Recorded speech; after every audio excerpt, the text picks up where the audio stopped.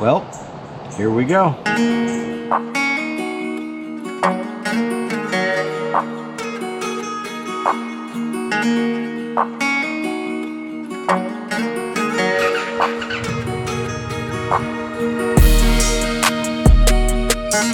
What's up, my friends? Yes, here I am leaving on what will become a most epic adventure for myself and my friends Tony, Jason, and yeah, another dude named Brian. This is the first in a series of videos you'll see on this trip, and it starts with us leaving on this Friday afternoon from Orlando, Florida, with a 70% chance of rain that we all got suited up for, but it never materialized.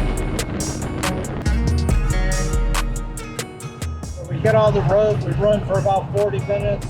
Looks like a bunch of storms ahead of us. So we put on our rain suit. Guess what? The storms blew through. Now we're sitting in the hot Florida sun in frickin' traffic. And it's murder. Murder, I tell you. Yeah, well, sometimes things change.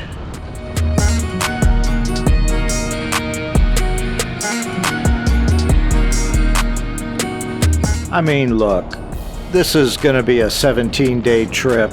We're going to run into everything, so we're prepared. We're ready. Eventually, the skies gave way. We had a beautiful evening ahead of us. Stopped overnight north of Atlanta near Kennesaw, Georgia. And the next morning, we were up and at it again. 6 o'clock in the morning, day 2. Somewhere. We're in Kennesaw, Georgia, and getting ready to head out again. How do you like that elevator? Man, is that annoying. Wow. All right, so gonna make it a good day today. Everybody's gonna stay safe on the road. This battery's about toast. So after a solid 8 or 9 hours on the road Friday, here we are again Saturday morning, up bright and early. We know we're going to have a long 12-hour day, maybe 14-hour day ahead of us. So we're ready, man. We're totally psyched.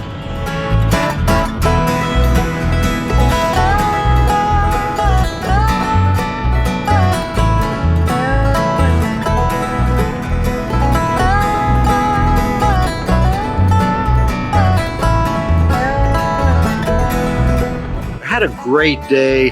A lot of overcast skies in the morning, so it didn't get too hot. But man, by the time we got into St. Louis around 3 o'clock in the afternoon or so, it really started cooking. We got up to temperatures of 103 degrees, and it was just getting way too hot. About time for a gas break, we pulled into this little quick stop, or whatever they call it, and saw some dark clouds on the horizon. And I checked the radar on the phone, and man, it looked like we were about to get hit. We tried to make a decision as to whether or not we were going to go hunker down somewhere, and before we could even figure out what we were going to do, bam, it hit hard.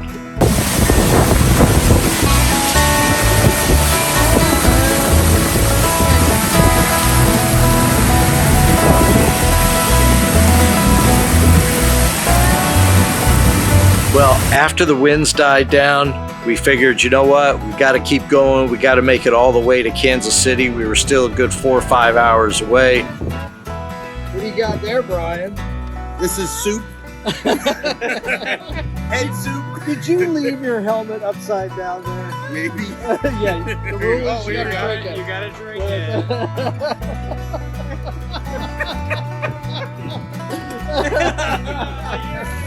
So we hopped back on the bikes and we decided to just tough it out. The wind had died down, so we felt like we were going to be pretty safe. And we just kept pushing on, man. You got to get there, right? You can't slow down. You just got to keep moving.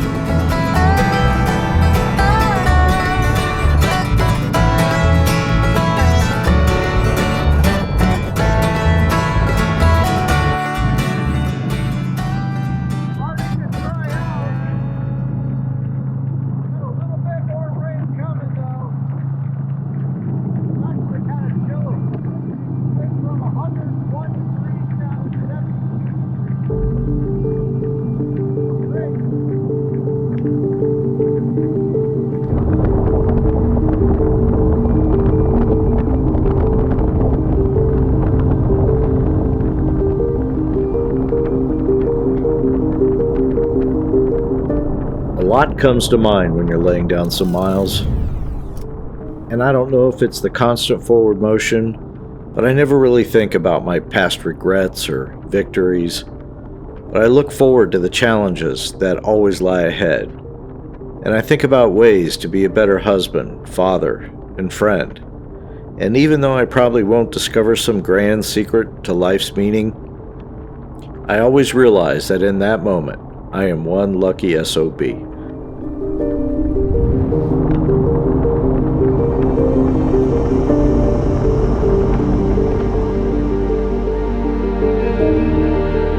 So we finally got into Independence, Missouri about 8 or 9 o'clock later that night, got settled into our hotel room, went out for a nice meal, and again, the next morning, it's up to ride again. Man, just look at this sunrise. What a beautiful day it's going to be today. I hope you guys are going to come on out to Sturgis. If you're not, go out and ride, enjoy the day, do some chores around the house, whatever you're going to do. Just make it a great day, make it a great Sunday. Just look at that. It's incredible. Have a great day, y'all. 2 Indians. I'm out. Although this time we had a little bit of an issue. Jason cannot get his bike started. Not sure if it's the fob or if it's the battery. I mean, he just started it and rolled it up here to the lobby area at the hotel, but we're stuck. All right, who's got big boy? Nope. No. So what's the guess here? YouTube. How far is the Harley dealer and what time do they Not open? far. It's not bad. It's right down the street. They probably don't open to what, 10 or 11? 11 on Sunday, probably, yeah. But they'll have beer. So obviously he's getting battery connection there. It's not even lighting up. Don't hit anything because I'm on his starter right now. I think we kind of figured out that there was maybe a security issue with the key fob and the bike. But the weird thing was, first it was Jason, and then it was Brian, and now Tony can't get his bike started. It's unbelievable. You know, if they only rode an Indian, we wouldn't have these problems. It's like there was a complete disconnect, like the batteries were dead and the remotes. Maybe it's a security feature or something like that. If you guys know what it is, leave a comment in the post down below. But they're all late model road glides and they all had the same issue. Finally, we separated all the bikes, got them apart. That way all the bikes would start and we were back on the road again.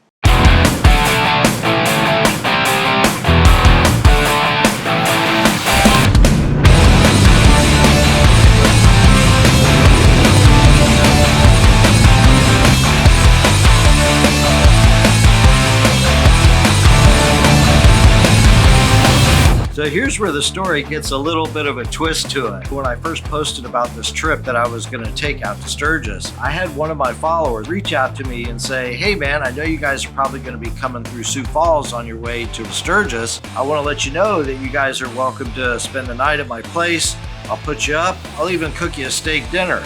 And I was like, hey man, that sounds pretty good. And I bounced it around with the guys who talked about it, and sure enough, we all agreed, hey, what the heck, let's give it a shot. So as time went on, Dusty and I started talking, and he goes, I live close to the Black Hills, and I ride out there 5-6 times a year. What would you think about having me join you guys and go out and ride with you guys? I'll show you around, I'll show you all the best places to eat. Once again, me and the crew talked about it, and we said, why not?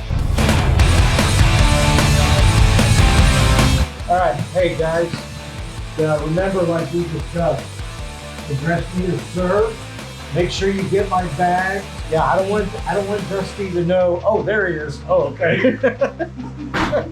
How's it going? Misha, yeah, absolutely. Tony, Jason. Oh, that's Dusty. Boom, right there. All right, I gotta piss. After we got all of our gear unloaded, Dusty cooked us an amazing steak dinner. We had a few refreshments, and then he looks at us and he goes, hey, you know why they call this Sioux Falls? We're like, I have no idea. He goes, come on, I'm gonna show you something. So we hopped on the bikes, we rode downtown, and he took us to this killer set of falls. Of course, you know me, had my camera with me, took a few pictures.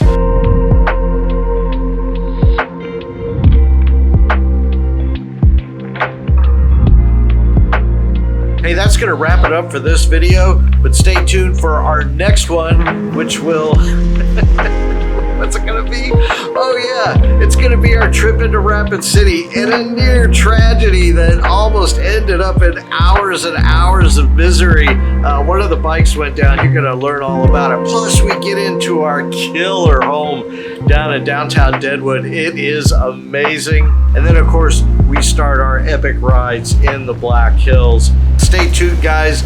See you in the next video. Two Indians, I'm out of here. See ya.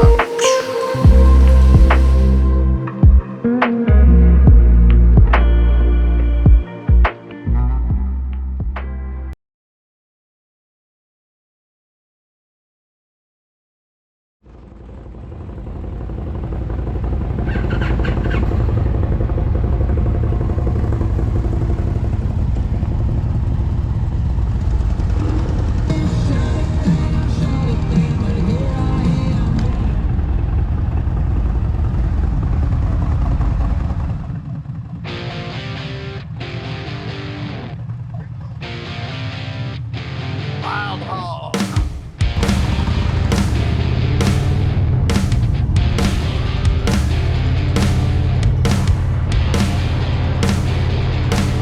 What's going on, guys? Brian at Two Indians. How you doing today? Hey, thanks for checking out episode number 2 of our amazing trip out to Sturgis and beyond.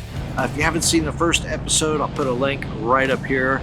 Go check that out. That details our ride all the way from Orlando, Florida, out to Sioux Falls when we met up with a follower of ours named Dustin, who offered to put us up for the night. So check that out. In this episode today, we're going to get from Sioux Falls all the way out to Rapid City. And our intention was on the way to stop in the Badlands, do a ride through there because it's on the way to our place in Deadwood. But on the way out, we ran into a bit of trouble. Nice chilly morning this morning, about 65 degrees, which means all the Florida boys are bundled up in jackets. It's gonna be an awesome day.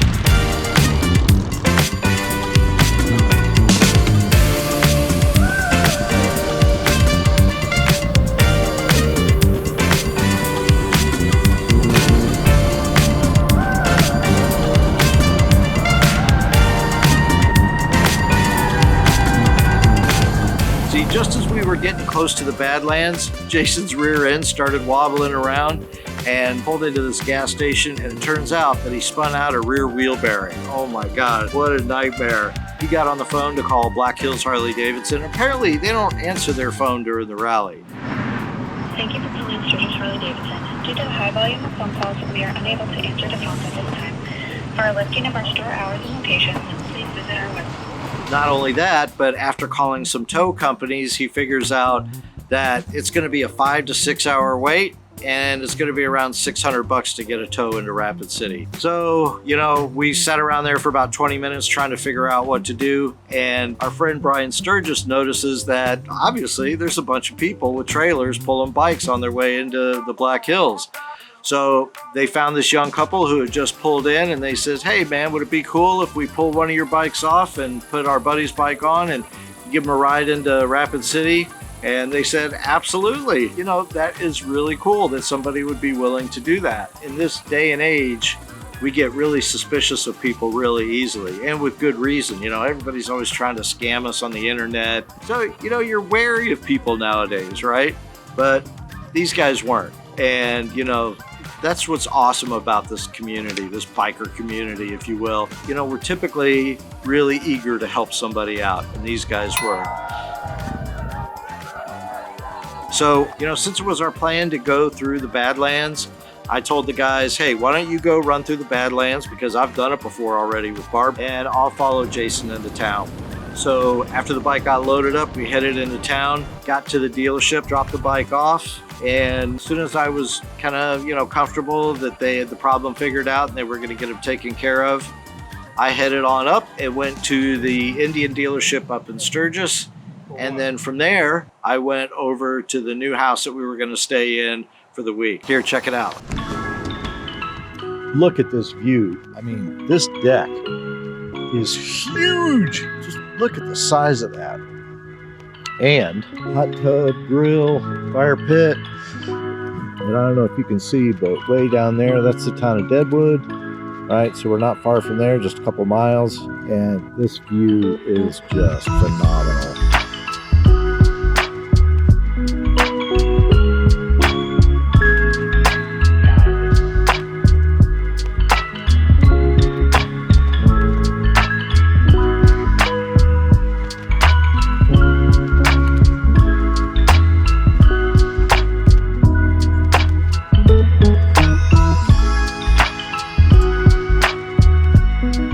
Being a YouTuber presents a couple of challenges for me. Number one, I want to record and show you guys everything great that happens. But on the flip side of that, a lot of the stuff that happens, I don't want to record. So imagine us out having cocktails, drinking, partying. It's not really wise to put it on camera. You never know what may happen with the law. You don't want to show somebody in a bad light. It might come back to bite somebody later at another time. So I don't really record all that stuff. And it's also a fact, I just want to have fun, right? I just want to enjoy the time and not have to worry about getting out of camera and creating content. There's just a time to have fun and there's a time to make videos, right? And so at the cabin later that night, was not a time to make videos, but we did take a couple of pictures of us all hanging out in the hot tub. We did drink quite a few beers that night and everybody got along great. That's the really cool thing about this whole trip, is how well everybody got along together and how there was absolutely no drama the whole time. But anyway, I'm gonna kind of leave it here with this one. I didn't want to make this video too long. The next video, which starts the following morning, is our ride up to Rushmore, doing Iron Mountain Road. You'll see everything that happened, but I'll leave you with a little surprise like I normally do. Thanks for watching, guys. 2 Indians. I'm out of here. See ya.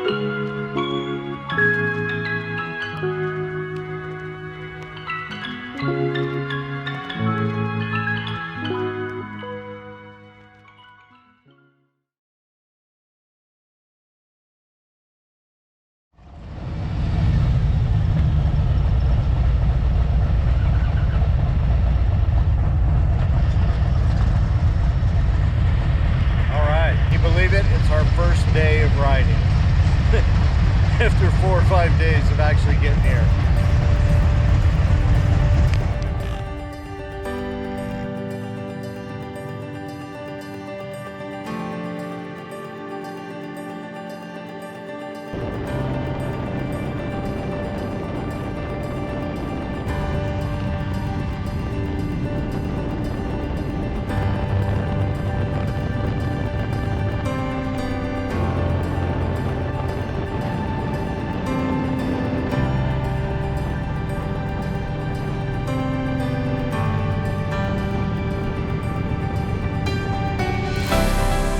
Finally, after over 4 days and 2,000 miles of super slabs, we are in the Black Hills and headed south from Deadwood to America's majestic mecca for motorcycles, the one and only duo of Needles Highway and Iron Mountain Road.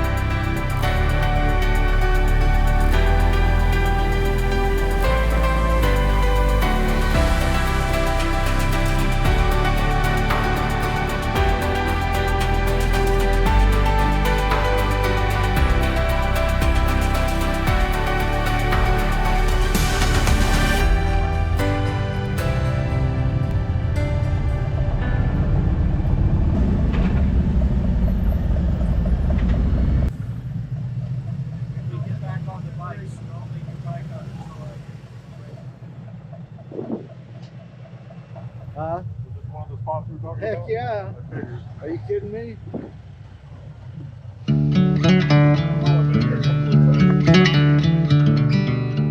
We got up to the Eye of the Needle before it got too crowded, and we were able to take a few photos before we moved on.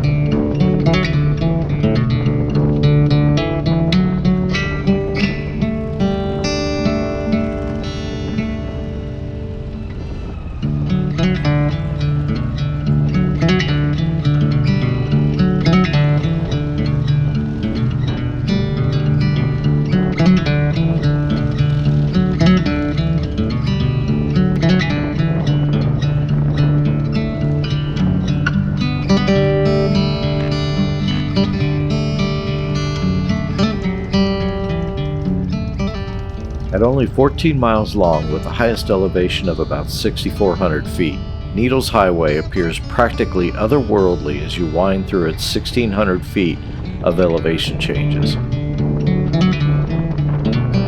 The rock formations challenge your very concept of what's geologically possible, and I was constantly fighting the urge to throw my kickstand down at every turn.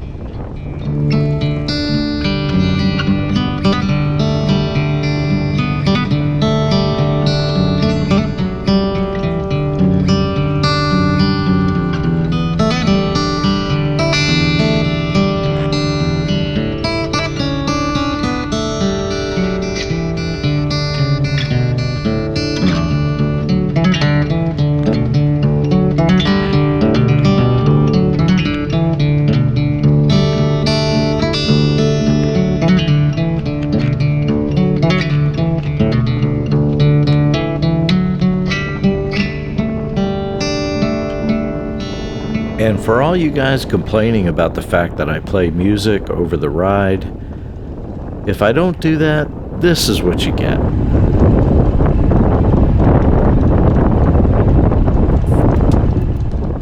So yeah, I play music.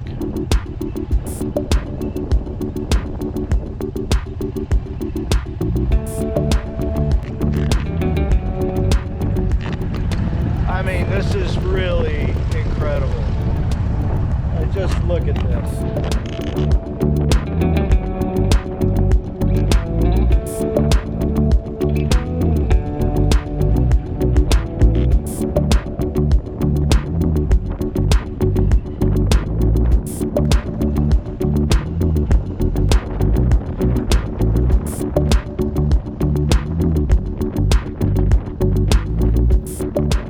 You know, rolling on these narrow tree-lined roads in 70-degree weather with your buddies leading the way gave me a sense of calm and joy, a feeling that I belonged here in these hills at this moment, that I was where I needed to be, and that deciding to come on this trip had been the right call.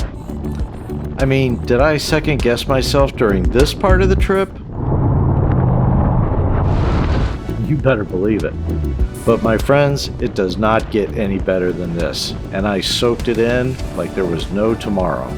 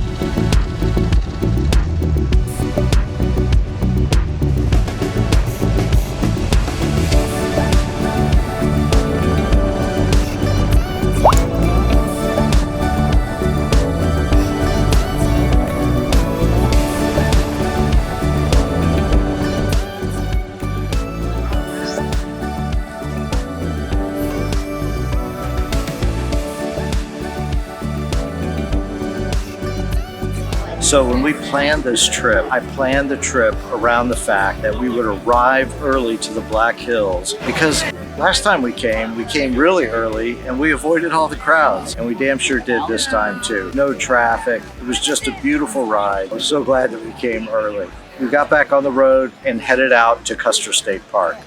We were hunting bison. Well, we were looking for bison.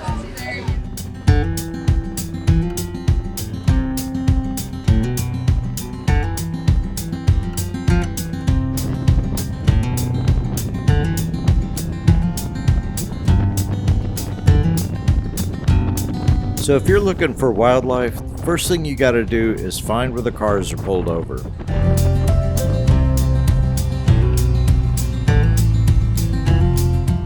Oh, looky here.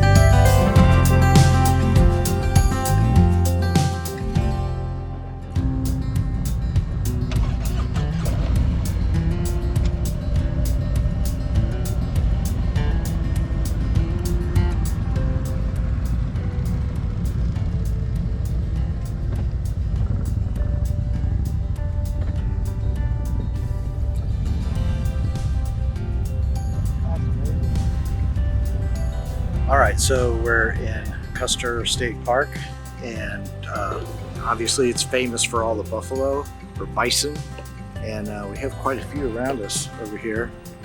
And so we stopped to get some video and some photos. Say hi to the guys. Hey guys. Hey guys, what's up? Brian, he's working. This head. Absolutely beautiful. This trip is just good. This right here is just worth the ride up its own. Yeah. That's all.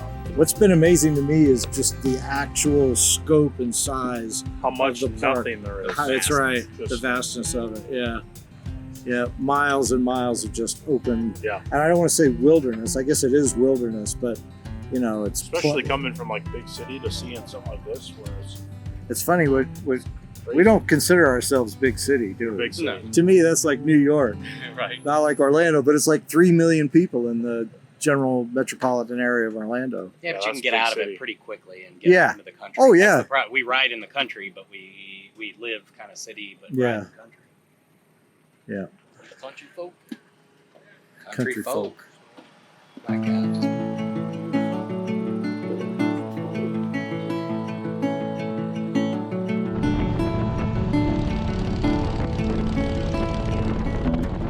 Hey, most of you know that I love photography, so while we're on our ride back up to Deadwood, I'll show you a couple of my favorite shots from the day.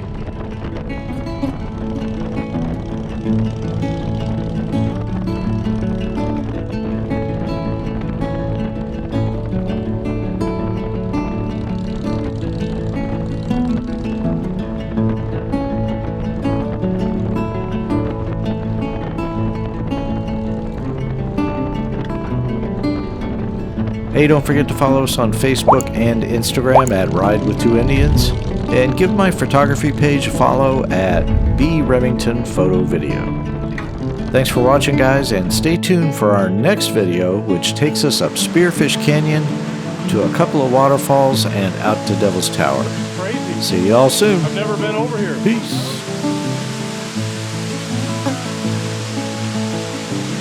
All right, I gotta do it. You getting up in there? Gotta put my hands in there and wash my face of the fall.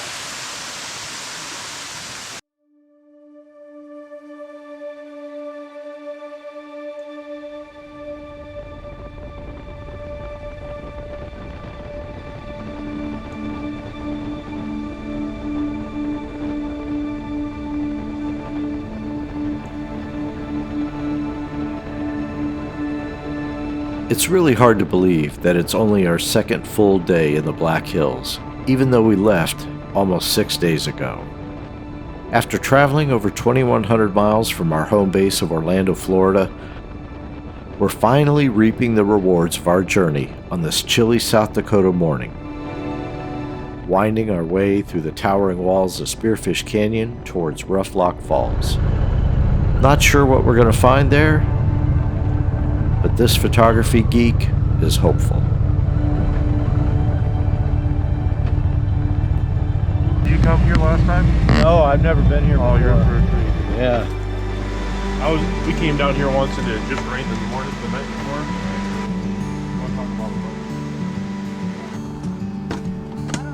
So we came down to a place called Rough Lock Falls, and it is just stunning here. That's beautiful water.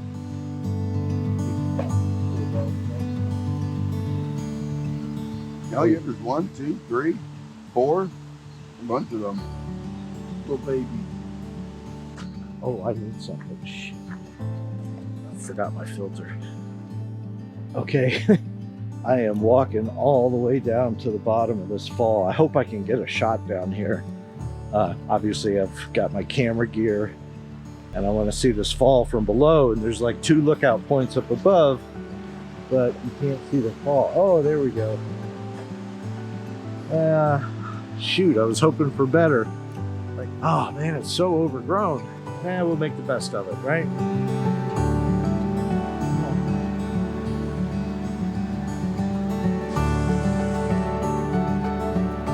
Let's see what we can do. All right, so over here we have the influencer in his natural habitat. It's a great scene to watch him work. They say when you're a photographer, you gotta work with what you got, and I did the best I could.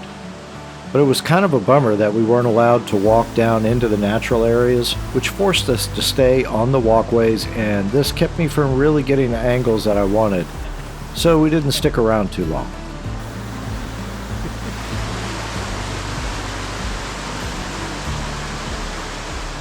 All right. Shots achieved. At least I think so. Now comes the hard part, going back up the mountain. I think I'm going to have to say that Mr. Sturgis here is probably in the best shape of all of us. So he's probably going to just jog right up there. Right, Brian? I'm thinking I might skip. He's gonna skip running. Are we? Look at that water. It's probably not very cold, is it? We're going to do this. See, I've kind of slacked on preparing for this trip. The hard part is going to be when I get up to Glacier National Park, but that's at a higher elevation. I think we're probably at about 4,200 feet here. You know, I'm a flatlander. I live at sea level. And I thought, you know, before the trip, all right, I'm going to work out. I'm going to get in shape because I'm going to be doing all this stuff. And of course, I did none of that. What? Running away from everything. Well, Bring a bunch of fat guys on a trip and run. I'm not running. I'm walking briskly. Well, it was still very early in the day, and my only other request of the guys was to stop at Bridal Veil Falls to shoot a few more photos. So we wound our way down through Spearfish Canyon, just taking in the sights and feeling really thankful for the weather we had. We'd had so much bad weather on the way out from Florida that it was nice to just soak up the sun and cooler, crisp temperatures.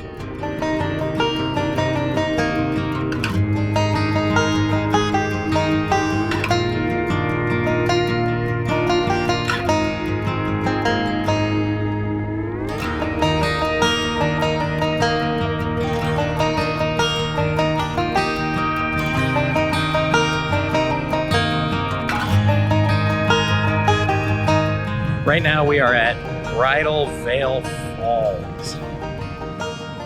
One of the very beautiful places here. I'm gonna turn the camera around.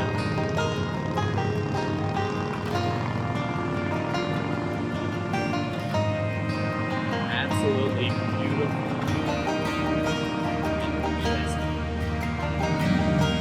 Right down there, you can see Brian.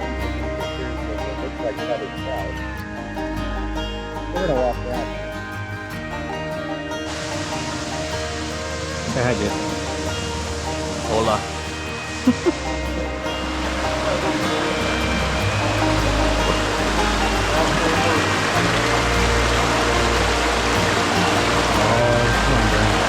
You can do it.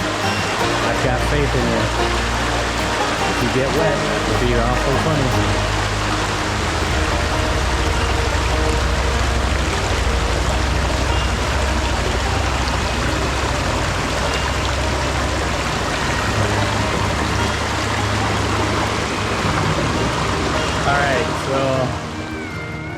Look how nimble Dusty is.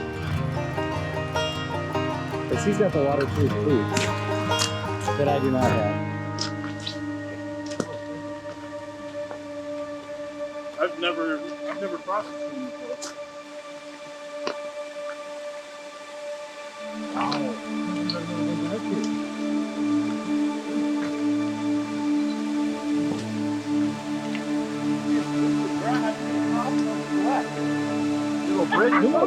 Yeah.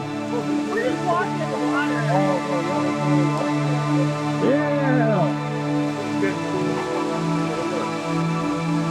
Crazy. I've never been over here. All right, I gotta do it. You getting up in there? You getting up?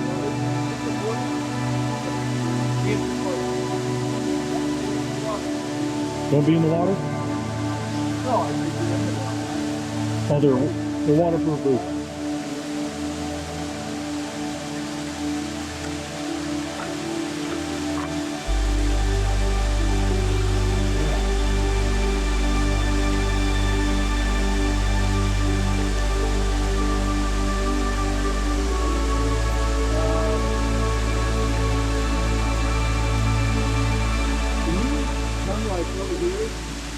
Oh, dude, that'd be a sweet shot. I'd love one of them as well. We're not here. Dude, such a stud, man. All right, don't do anything yet. Oh man, we got some epic photos here at Bridal Veil Falls. I'm just trying to not bust my ass here, and I'm trying not to get my feet wet because I'm not wearing waterproof shoes like Dusty is. But what a great location to photograph. We're not the only ones here, which unlike last time, I was the only one here. Wouldn't it be funny if I fell? Save the camera!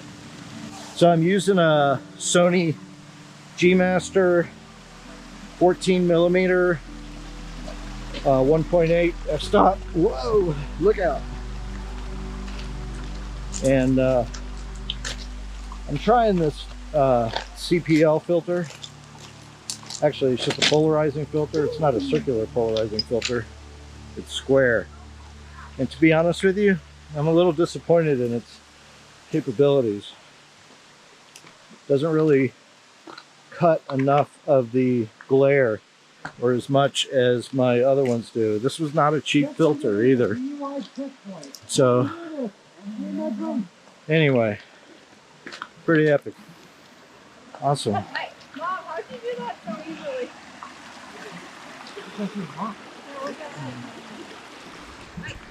All right. Gotta climb like a, I don't know, I'd say it's about 30 foot, 25 foot embankment.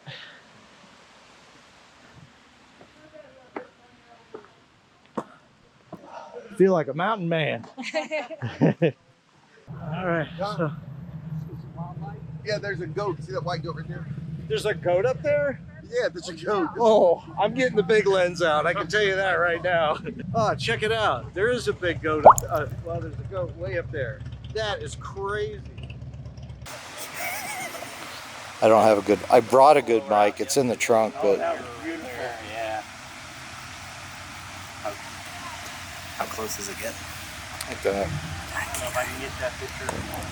Nice. It's recording. We'll just get them looking around.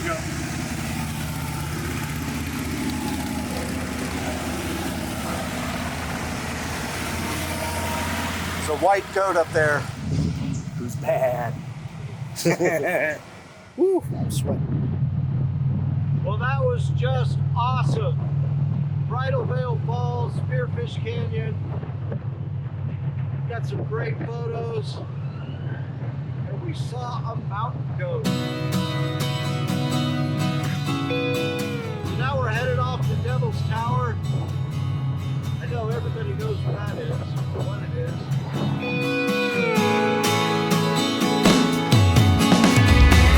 So after leaving Spearfish, we were treated to yet another shining example of why Dustin was so instrumental on our trip. You know, instead of just hopping on I-90 and taking the most direct route out to Devil's Tower, he took us a little further north and out of the way onto a road called Route 24, I think it was. And that took us the long way down to Devil's Tower. But man, was it worth it. We had these huge vistas across a valley out to these big hills, cliffs and such, way off in the distance. It was just beautiful. Now, when we got to Devil's Tower, I realized, guess what? My batteries on my GoPro had died. I forgot to bring my other battery packs. And at that point, I was like, you know what, whatever, I'm out having fun. You know, sometimes when you're a YouTuber, you get so caught up in shooting video, at some point, you're kind of a little relieved sometimes that you don't have to shoot video. And I'm kind of glad that I really just got to live in the moment. You know, after we left Devil's Tower, we took this route down south towards Buckhorn. And on the way, man, there was nothing out there. I mean, nothing. And we just got to open up the bikes a little bit, have a little fun. Might have broken a couple speed limits along the way. I was driving with one eye and 111. With one eye,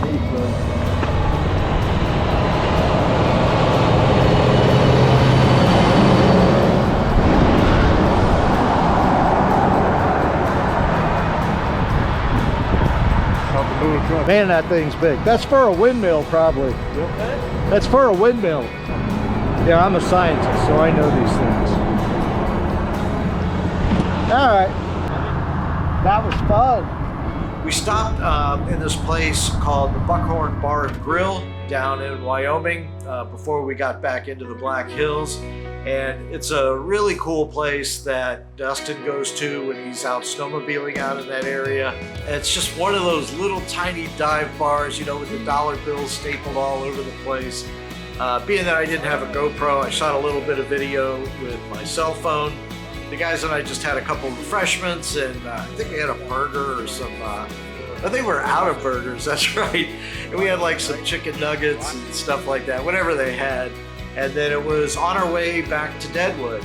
We got back late because it had been a full day, but we still got cleaned up, and we wound up going down to Deadwood that night. And I met up with a great friend that I've made online. She's another YouTube creator. Her name is Chris Keeble, and she has a YouTube channel called The Barbering Biker. And she just has the best sense of humor, and she's super funny. And if you don't follow her, you might want to follow her channel. But man, she puts out some great content, and she's pretty damn prolific.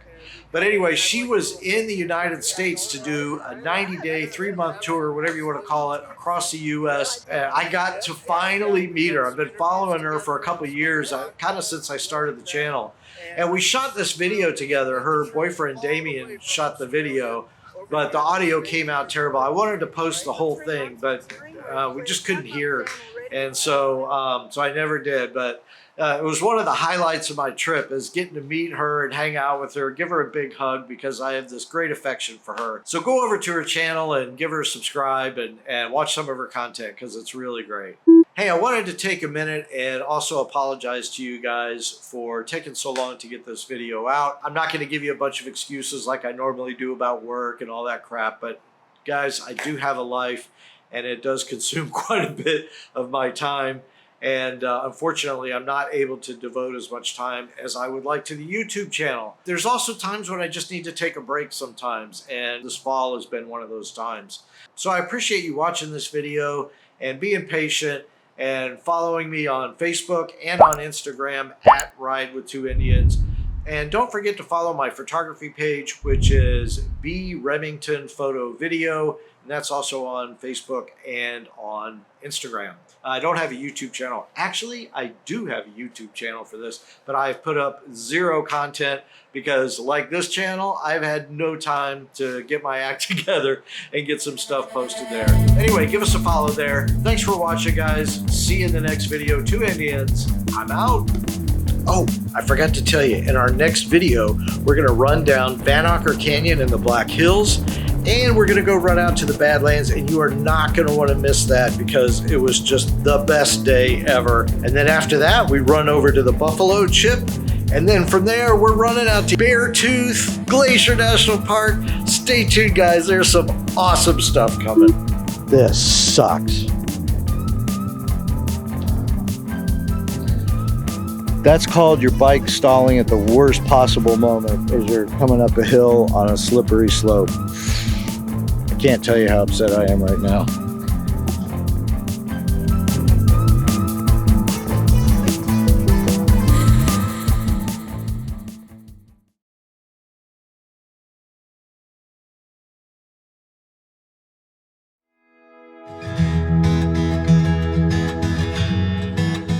Is this thing recording? Yes, it is. Wow, so we are on day 3 of our time in Sturgis. We're about to do a ride down Vanocker Canyon. It's gonna rain later today, so we're trying to get this last short ride in before the nasty weather hits. But man, it's been an epic time, as you've seen in all the other videos. If you haven't seen those videos, I'll put a link up here sequentially to some of the other rides that we've done while we've been up here. I cannot recommend this place, Lee.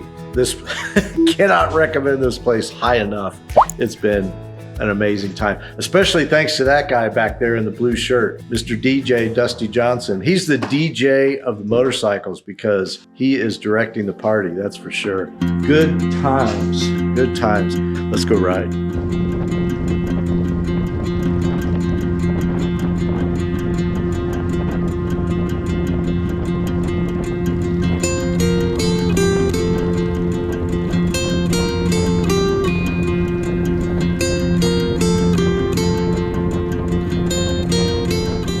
Now, just outside of Deadwood is I-90, and so all we had to do was hop over to I-90, and then it was just a short run down to the beginning of Vanocker Canyon Road, and you just take that all the way down through these beautiful twisties, down to the town of Nemo, and then back out to I-90. It's a short ride. It only takes, I think, about 45 minutes or so to get down there.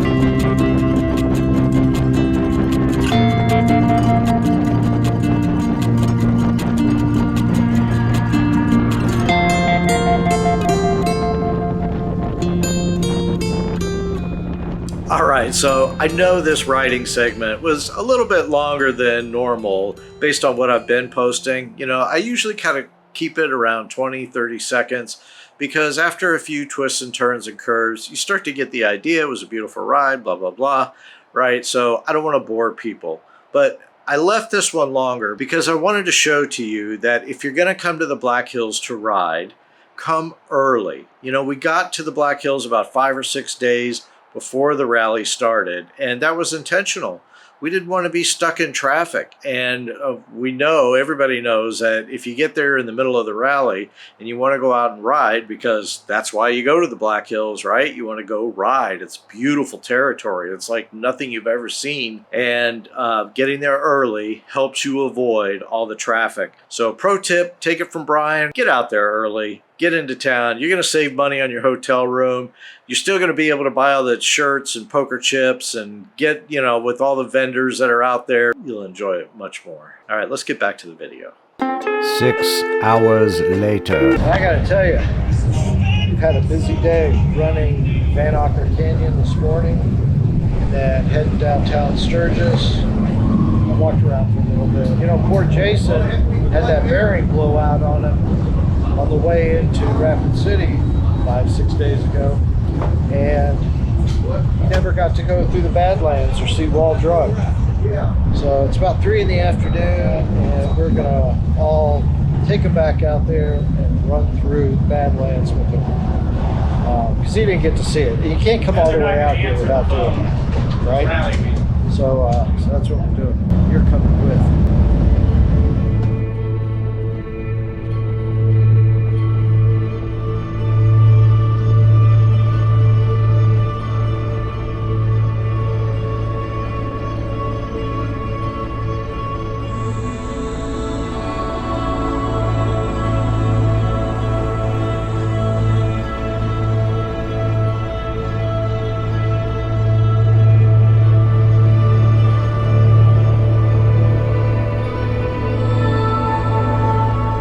To be 100% honest, I was not looking forward to riding all the way out to the Badlands. We'd ridden close to 3,000 miles over the last 6 days, and I was getting tired, and rain was certain. Not to mention we had to bug out of the luxury digs the next morning and head out to the Buffalo Chip, so we still had laundry, packing, and some very specific chores to attend to in order to get our deposit back. Regardless, we had been put together as a team for the whole trip, and riding out there together was just the right thing to do. Turned out better than I ever could have imagined. So from Deadwood to the Badlands is about 2 hours, but Dusty suggested we go even further east on I-90 and enter from the east side, then backtrack through the park, which gives us a shorter ride on the way home. Now once we got there, we stopped for a couple photos at the entrance, then pushed into the park.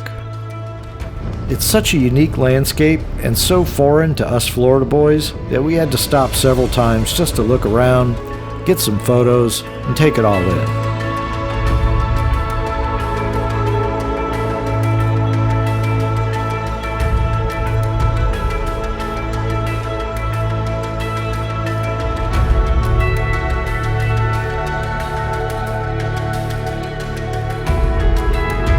Now riding through the park, I took the opportunity to get the GoPro on everyone's bike, but I forgot to tell them to yell into the camera, so the audio didn't come out so well. Sorry guys.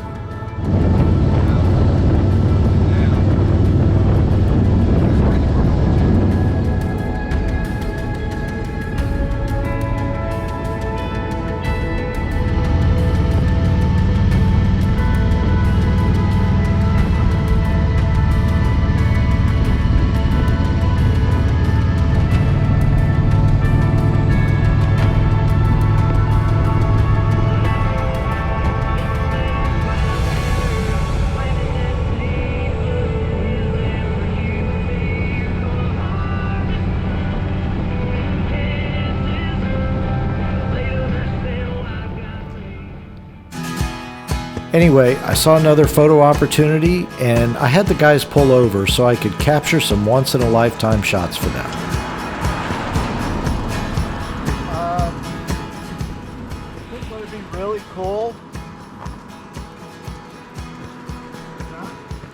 think what would be really cool if like I had a shot of like each of you. Yeah, maybe a rolling shot. Let's do some rolling shots.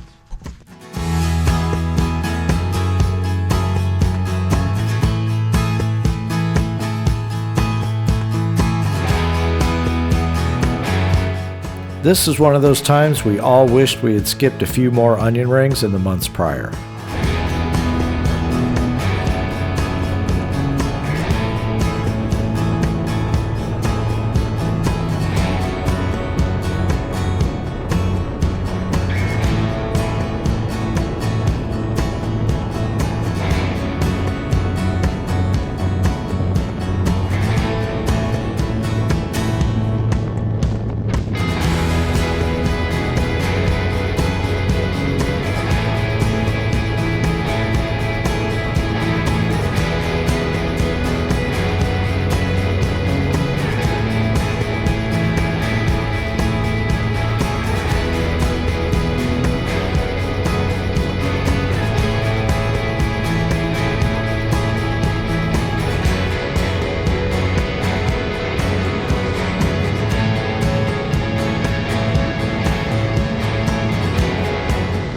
We got a light drizzle on our way out of the park, and we hadn't really seen any wildlife yet, but just ahead we saw a group of cars pulled over, and that always means that there's wildlife in the area. We were amazed to see this huge bighorn sheep just off the roadway enjoying some wildflowers, so I whipped over immediately and got out my camera. I sat down on the wet pavement on the side of the road and just started shooting photos as fast as I could.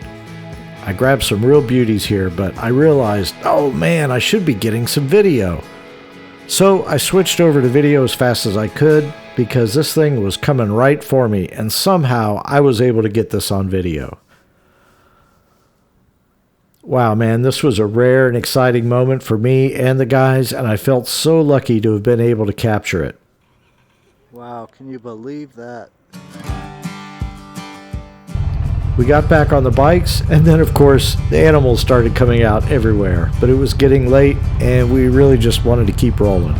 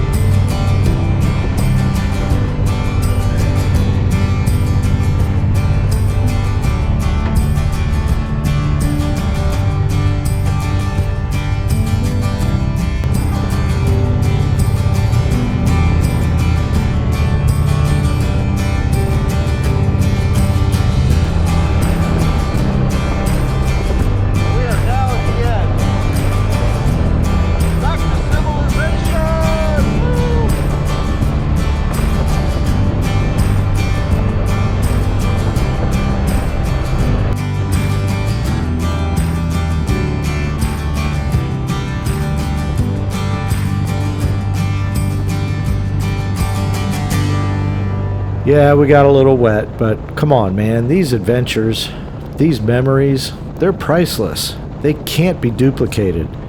They don't happen by accident either. You just have to get off your couch and spend some long hours in the seat. Let your ass get a little sore. Get rained on. Be cold or hot. Because if you don't, you're just looking at your walls or your screen on your phone. Get up and go, man.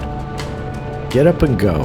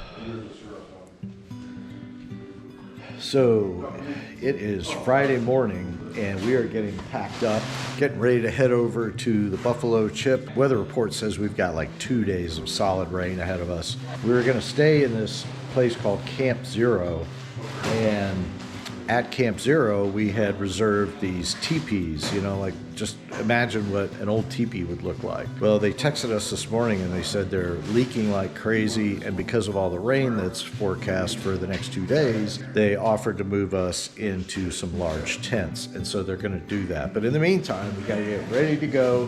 Everybody's packing up their filthy, disgusting, dirty bikes. Even Tony's bike is dirty. Yesterday, Tony's bike was super clean. Like, it was the only bike of all the bikes that was clean. I think he got up like in the middle of the night to come out and clean his bike, because I never saw him wipe it down. But it was clean yesterday. It's finally dirty. I mean, like, what's the point? We got 2 days of rain forecast. We're going to be riding into a literal mud pit. Oh, look at my boy Brian here with his Ride with Two Indians shirt. These shop shirts are available on our website, ridewithtwoindians.com. And they fit well. And they fit well. Fit and feel well. But see, you're an amazing physical fitness. Round as a shape. So Dusty's getting his stuff together over there. Sleeping Trash bag. Yep. Chips and salsa. All the requirements for a camping trip. You know, this professional photographer sucks because he accentuates our beer bellies. I have Photoshop, but it's not that good. Oh boy. All right, well, we got to get on the road here. We got to get out of here before the cleaners get here. But this has been an amazing house. It's on Shirt Tail Gulch up in Deadwood, but it's called Sturgis. I think it's a county area. It's not city property, but it's been amazing. We got to go, guys. A lot to do, a lot to tackle today, and we want to try to beat the rain. Tony is always on the phone with somebody in his family. Always. He gets a lot of good advice this way. Thanks, Mom. Thank you, Mom.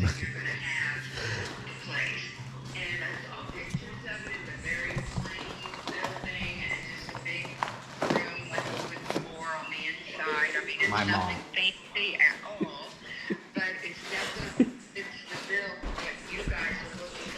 After we left our place in Deadwood, we had a little bit of time to kill, so we went downtown to the Harley-Davidson setup in downtown Sturgis, and we test rode the new CVO. Now, somehow, all of that video is lost. I don't know what happened, but suffice it to say, there will not be a test ride video of the CVO, but I did have a lot to say about that. Afterwards, we headed over to the Chip. All right, I gotta go check into the Chip. All right, so Mr. Big Shot, special media pass content creator at the Buffalo Chip. You guys are hanging out in rarefied air, you know that, right? Oh yeah. Yeah, a legend in his own mind. Not a legend, no. As a matter of fact, I can't even believe they gave me this thing. Once we got through the check-in process, we headed over to our tent. Damn, look at all these people.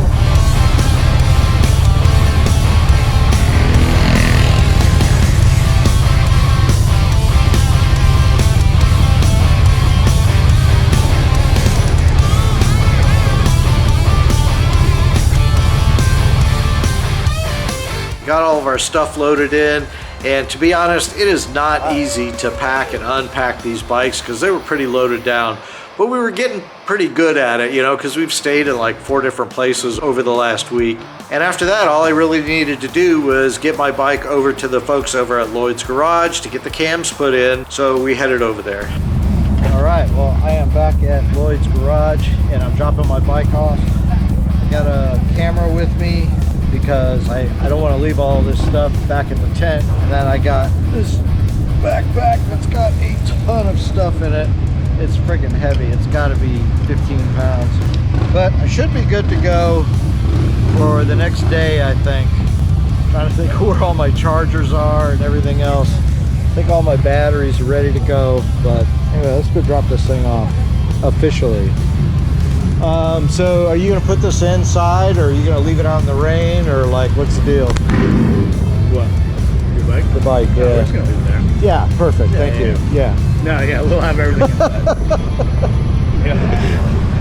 All right. So right across from Lloyd's Garage is a bunch of vendors and what's called the Big Engine Bar. And it really hadn't started raining yet when I dropped the bike off, but it looked like it was kind of threatening. So we just decided to go hang out over at the bar, have a few drinks, and meet some people. Flip it around. I want to talk to the camera. You want to what? I want to talk to the camera. Good afternoon, all you 2 Indians. This is Tony. You may recognize me from such movies as... Today we're bringing you girls from Mighty Knockout Barbecue Sauce. This is... I'm Cece. Nice to meet This is her first year at Sturgis. And this is... Deja. Deja. This is her 8th year coming into Sturgis. So I'm going to try some here.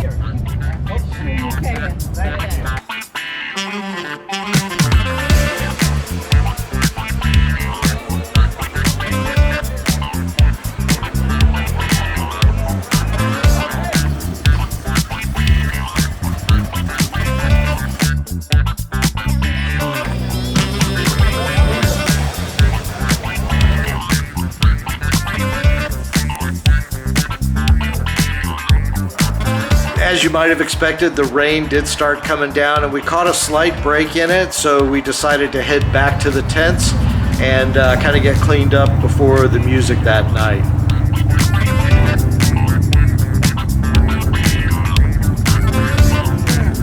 Oh man.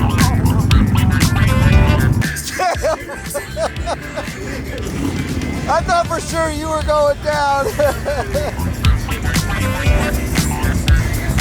Yes, I did ride backpack on Dusty's bike, but I had to get back to our tent. What can I say? By the way, it's worth pointing out that, you know, that's not a booger on my nose or a piece of toilet paper or something. I didn't even see it until I recorded all this video, but like there's like some weird thing going on with my mustache. That's it.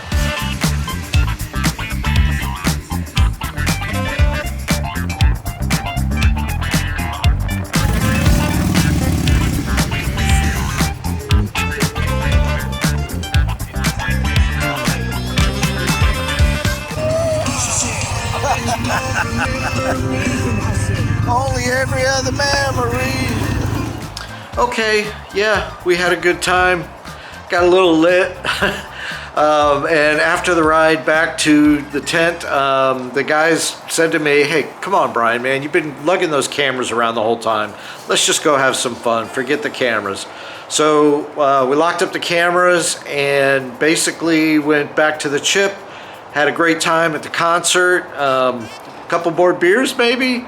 And that was it for the night. The next morning I had to get up super early and get over to Lloyd's because I wanted to shoot and film all the work they were doing on the cams, on the Challenger. And so I spent the entire day doing that. I don't know what the guys did all day, but I was literally making videos, working upstairs in their loft area. Thanks guys, I appreciate it. All you guys over at Lloyd's, especially Amanda. If you want to see how that video came out, there's a link to it right up here. Kind of the same thing for Saturday night. Didn't shoot any video. I'd been recording all day and I just wanted to cut loose and have a little bit of fun. And we did it up right because the following morning, Dusty and Brian had to leave. This is what morning at the campsite looks like. cold, it's wet.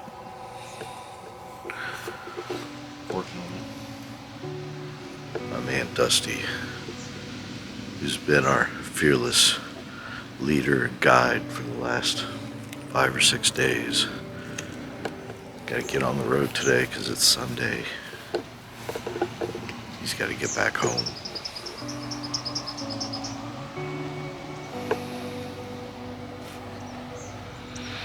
It's been an awesome time. Except for the rain. The rain and the cold sucks. So it's before 6 a.m. and he's got to move.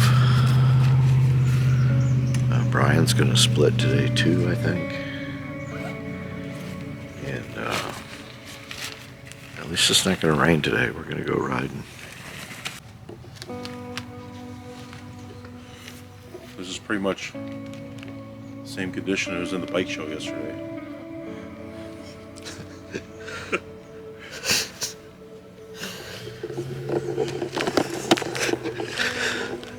So yesterday, what were you doing? You were heading over to the bike show. Where was it? Well, I was at Lloyd's garage. Uh-huh. And the Indian booth called and said they didn't have many bikes at the bike show. And so TC Champ jumped on Tim Sutherland's custom painted bike and said, "Hey, you want to go to Sturgis with me?" Sure. And I roll in there with him and they're like, "Hey, you're here for the bike show?" "Yeah, I'll hang out." "All right, yeah, just pull in right over here." And there was a guy with a direction thing directing me over, and he parks me on an Indian mat, and a lady comes over with a registration sticker and a little "do not touch" placard for the bike. And I was like, whoa, hold on. There's mud dripping from this thing. It ain't here for a bike show. "Oh, don't worry about it. You can stay." So I had mud dripping from the floorboards, and bike was covered in stuff. Looks like hell. And I was there next to these $60,000 custom painted bikes in a bike show. It's too bad you didn't have all your shit with garbage bags on it. Yeah. Yeah, that's rain gear, man. That's why there's a garbage bag. Good stories. We got so many good stories from this trip. It's blast. It's a shame it rained. Yeah. Really, it's a shame it rained yesterday. Brian, you didn't see this before, but Brian gets his bike detailed at the bikini wash. And literally, that's when the skies opened up.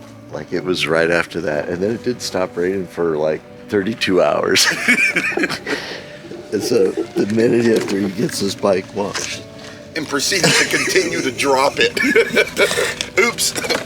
he dropped it like 2 or 3 times because... Whoa, it was only 2. Okay. Be spread I said 2 or 3. It was bad, man. So like Dusty said, riding around out here has been like riding on a river bottom. It's been pretty gooey and wet and nasty. We left ZZ Top. I can't believe we got through it.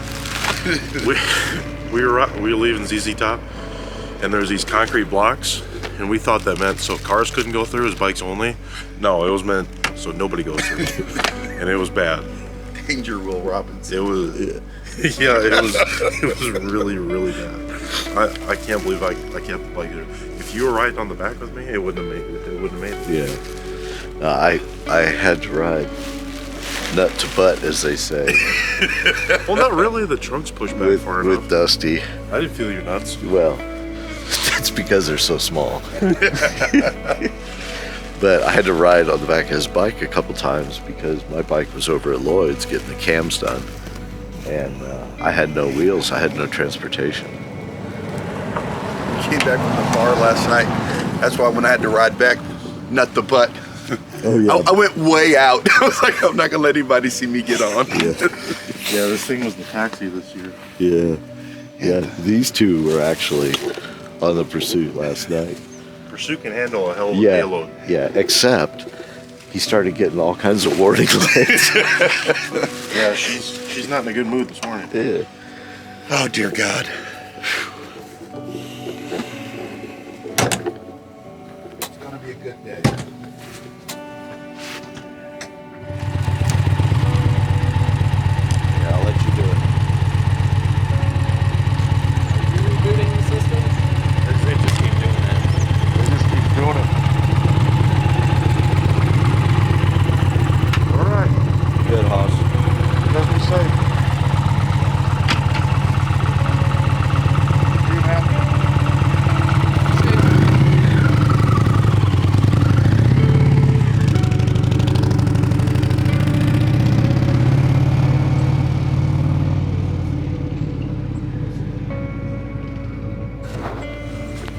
boys. Y'all be safe going to Montana. Love you, Slick. Love you too, bro. Enjoy. Remy, Be safe. I'm gonna get a hug too. You be careful. Take care of my boys. Yeah, man. You be good out there. All right. Do not clean your bike under any circumstances. Right on. Get up there. Let's get some wind in my hair for the first couple hours, right? How'd you get it under your seat? I don't know. I kept dropping it. I don't know. Yeah. The motorcycle was a little tipsy that day. Blame it on a bike. I think it was the bearings. Yeah,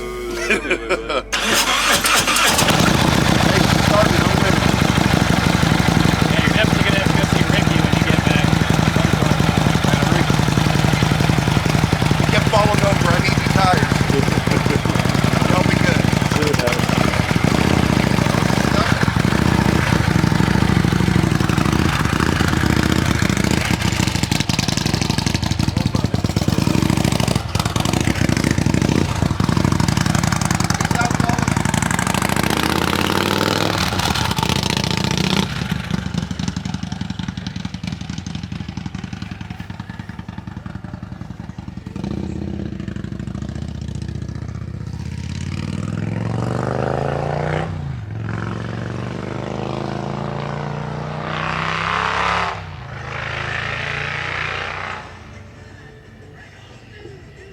All right, guys. It's just us now. Three amigos. Yeah, right. Might be time for a shower. Yeah, I haven't had a shower since Friday morning. Yeah. All right, that's our goodbye wrap-up video from Sunday morning. 2 Indians out. So honestly, that is probably my favorite moment from the whole trip up until that point. And I think it's a fitting way to end this video and say goodbye to you. And oh, before we do that, make sure you follow us on Instagram and Facebook at Ride with Two Indians, and check out my photography page, B. Remington Photo Video, also on Facebook and Instagram. In our next video, we head west towards Buffalo, Wyoming, Cody, Wyoming. We ride Beartooth Chief Joseph Highway and even dip our toe into Yellowstone National Park on our way to Bozeman, Montana. And then from there, it's on up to Glacier National Park. Make sure you don't miss the rest of this video series, because it gets even better from here. Thanks for watching, guys. I really appreciate it. Two Indians. I'm Brian, and I'm out. See ya. But today's gonna be an epic day. Oh my God, we are going up to Beartooth Highway, Chief Joseph Highway, and we're gonna ride all the way from our spot here, which is in Buffalo, Wyoming, up to Bozeman, Montana. So super excited about this. I cannot wait. I tell you, I see stuff like this and it brings a tear to my eye. It makes me feel so lucky to be alive and to see things like this.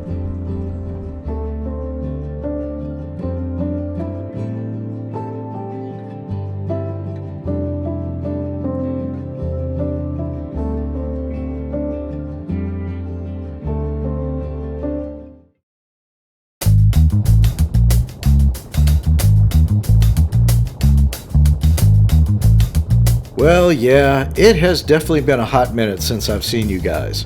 But here I am, all alone on a Monday, snaking my way through the rain in Spearfish Canyon, leaving the Black Hills. I'm headed even further west, and my home base of Orlando, Florida is becoming more and more of a distant memory. Alright, so let me recap real quick. Me and another guy named Brian, Jason, and of course Tony left Orlando, rode some 2,100 miles out to the Black Hills for an epic riding trip. We picked up a guy named Dusty along the way and spent the last week tooling around the Black Hills the week before Sturgis. The riding and sightseeing has been phenomenal, and if you haven't seen the first 6 videos in this series, well, I'll put a link right up here and you can get started. Now, the day before yesterday, Dusty had to head back to Sioux Falls, and Brian had to leave for Orlando so he could get back to work by Monday. Enjoy. Remy. Remy, Be safe. I'm gonna get a hug too. You be careful. Take care of my boys. Yeah, man. You be good out there. All right. This left the three of us one last day in the Black Hills, which we made the most of by getting in a bit of road time, washing up the bikes, and grabbing some lunch. Man, what a day it has been. We've been to Full Throttle, we've been to the Iron Horse, we've been to the Broken Spoke, but right now we are at the Boar's Nest in Leeds, South Dakota. We're here to get some lunch or supper. Is it supper? Supper. Supper. Supper. Dinner. Supper, according to our buddy Dusty, who was an amazing tour guide for us. Dusty, we owe you the world, man. It was phenomenal what you did for us, and I really appreciate the invitation to come to your house and to show us all around these amazing Black Hills. It's been phenomenal. Dusty, you were amazing, brother. Yeah, He's amazing. I mean, we wouldn't even be here at the Boar's Nest if it wasn't for Dusty. No, right? no. I mean, Right. you couldn't have asked for somebody to show us around. We'd be at do all Wendy's. Check it out.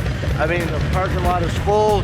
It's a little chilly. It's like 67 degrees. No, Somewhere cooler than that. Yeah, I'm in a short sleeve shirt, and we come up over that hill in Deadwood, and I was freezing. Oh, but check this place out, man. See that guy right there? That's Dan. That's Dan right there. He came up to me. I pulled up, and he goes, "Hey, man, are you Brian from Two Indians?" I'm like, "Hell yeah!" Anyway, check this out. Look at this. We got this river that runs right through here. Isn't that cool?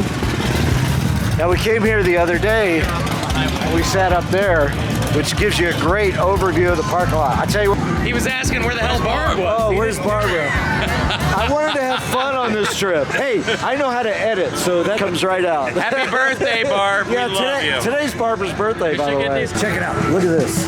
Look at this place. We also hit some of the sites down in Sturgis, and I shot some video and photos, of course. Hey, you guys said you like some burnout.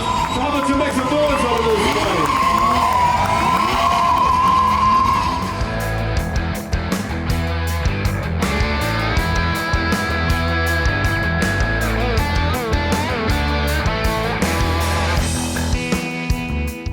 But to be honest, after close to 3,000 miles, we were happy to have a day of just chilling and seeing the local sights without having to bang out another 400 miles. Hey, Gentlemen. nice ice cream cone. Man. That's an awfully big cone. Chocolate chip. That's one scoop. Oh, I want to see that in slow-mo. No, you don't. All right, that's it for the Harley dealer for now. Which brings us to Monday morning, and oh, what a Monday morning it was. So here we were getting ready to leave the Buffalo Chip so we could head out west to Yellowstone with an overnight stop along the way. We got the bikes all packed up, and as I was pulling out of our muddy campsite, I let the clutch out a little too soon with not enough gas, and I stalled her out. And because of the grade and the elevation, This my feet sucks. couldn't touch the ground, and of course the bike went over. That's called your bike stalling at the worst possible moment as you're coming up a hill on a slippery slope. I can't tell you how upset I am right now. The downhill fall was really hard, and it busted my mirror off along with some other minor damage, but amazingly the Advent Black mount and tour pack was just fine. I had over 40 pounds of gear in and on top of that trunk, and I figured it would be broken or at least cracked or knocked sideways, and this just goes to show you how amazingly durable these products are. Super impressed.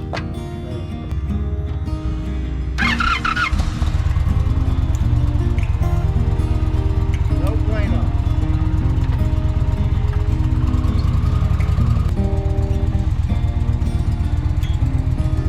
Still recording? So far, it looks like the only thing. Watch out, you're ripping. The only thing is strip this nut.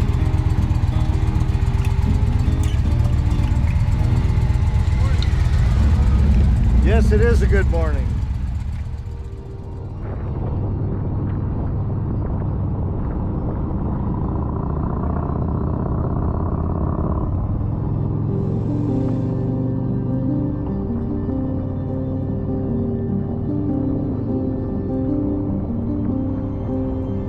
So, I guess we're back where we started this chapter. Me, riding alone, Spearfish Canyon, and what kind of trip would this be without, some more rain?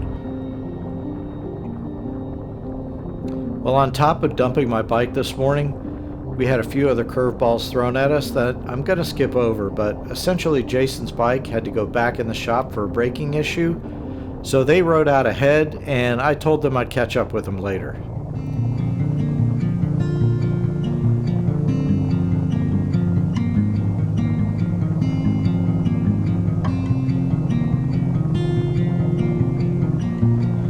Now, some people would think that riding in the rain like this sucks, but to be honest, I'm as happy as a duck right now. You see, I've been on the road for a little over a week now, and the further I get from home, the more I'm enjoying just living in the moment. I mean, let's face it, I'm 2,000 miles away, and I have nothing to worry about besides the open road in front of me.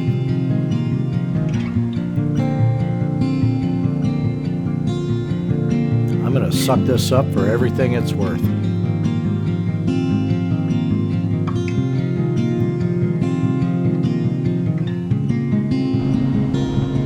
I had about a 4-hour ride ahead of me from Spearfish out to Buffalo, Wyoming, where I'm gonna meet up with the guys before the next leg tomorrow morning.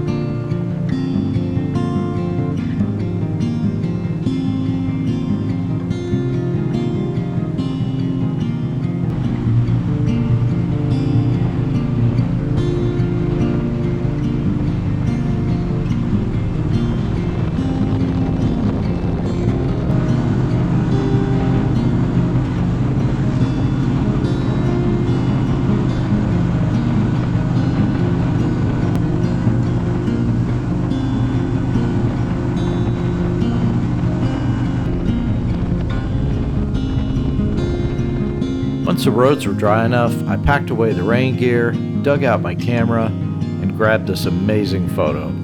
I think it really captures the solitude and the peace a rider will find out here in eastern Wyoming.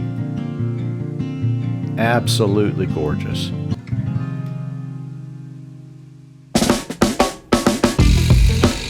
After freezing my ass off for the last 2 hours, I was glad to feel the warmth of the sun again.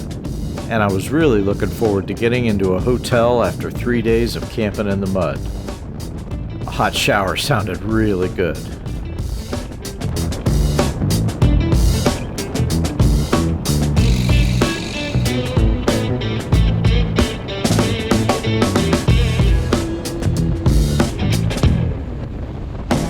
But unfortunately, just like my ride out to Buffalo has come to an end, so too must this video. Once again, guys, I apologize for taking so darn long to put this together, but I think I'm back on track. See you in the next one. 2 Indians, I'm out.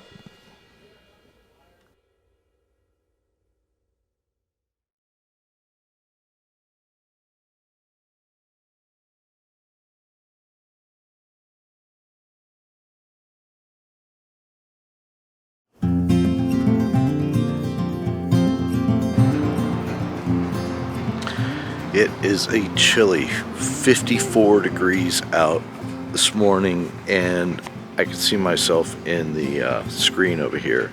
And I can tell you, I am not unaware of the transformation that has taken place over the last week or two.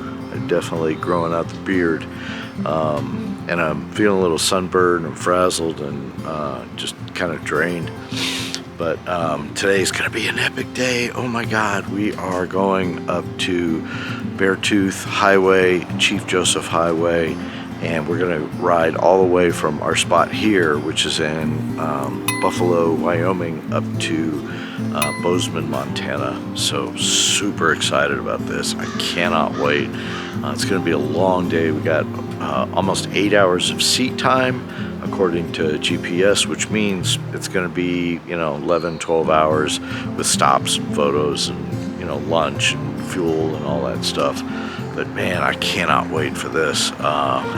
We're getting so close to Glacier National Park. You know, we're 2 days away, but it seems like we would never, ever, ever get there because, you know, looking at the maps, you just get almost to the end of the outward bound trip. Then we got to come all the way back, which is a whole nother story in and of itself. But anyway, I just thought I'd kind of do a little introduction on the morning because today's going to be super epic. I got my boys Jason and Tony with me still. Brian headed back the other day, so we had to say goodbye to him. He left from Sturgis, and he's actually back home already, I think. Only took him 3 days to get back there.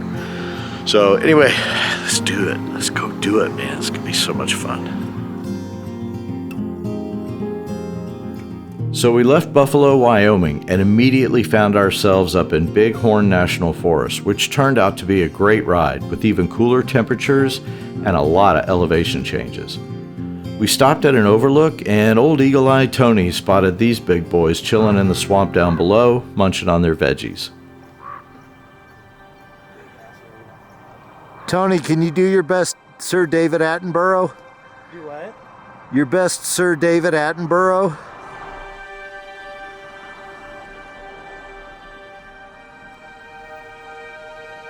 Notice the moose foraging in the wild. The majestic moose.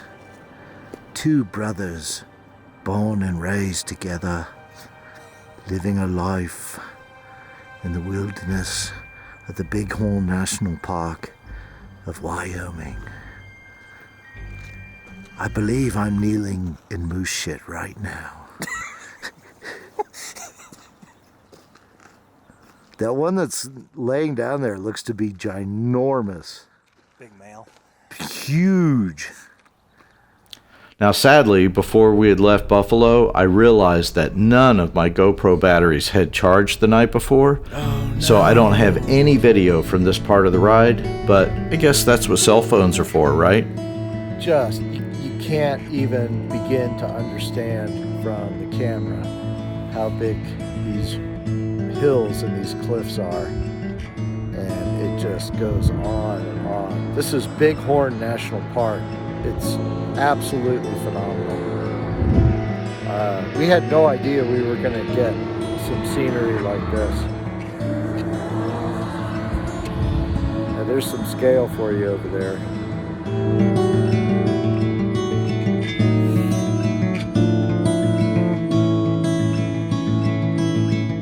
Just incredible. Really beautiful scenery.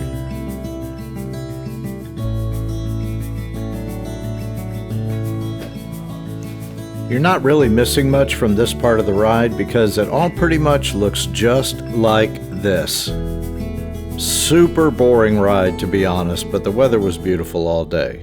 Now we made our way up to Chief Joseph Highway, stopped at the Dead Indian Summit Overlook, and I got a short clip of some cell phone video of the valley down below.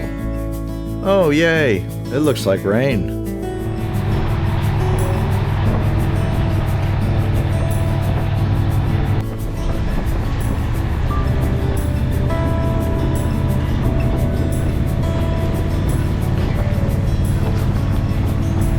Honestly, we've had so much rain on this trip that I think I've become immune to riding in it, but of course having the Nelson Rig rain gear has been invaluable because it's kept me dry as a bone. But the rain still sucks because it does keep us from getting off the bike and doing some sightseeing or taking photos or just getting off the bike to stretch for a bit. So we gotta just keep on riding.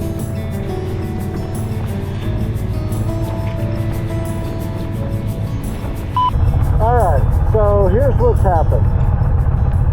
So we realized we were not going the proper direction to get on Beartooth. I was leading and I thought we were trying to get to Bozeman, and I thought 212 was Beartooth no matter where you rode it. Well, that's not the case. Beartooth only runs from, or 296, whatever it is, wherever that intersection is, we turned left instead of going right. And so we get part of the way, then we realize that we're not going to be on Beartooth, And so we had a discussion about turning around and going back, and we decided to go back, even though it's going to take us back into the rain. Well, now we turn around to go back, and there's a truck blocking the road, and they're not letting anybody through. So I don't know if this is just a temporary thing, or if this is like turn around and go home. So I'll let you know in a minute. Looks like it was just an oversized load.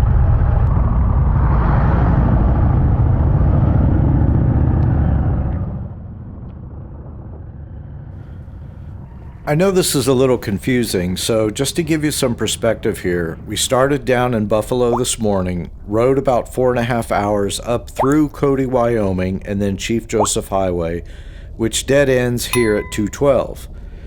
You turn left, you're heading into Yellowstone, which would take us more directly to Bozeman, but if you turn right, you're on Beartooth. That was our goal. We went left, so now we're backtracking to get to Beartooth, and boy am I glad we did.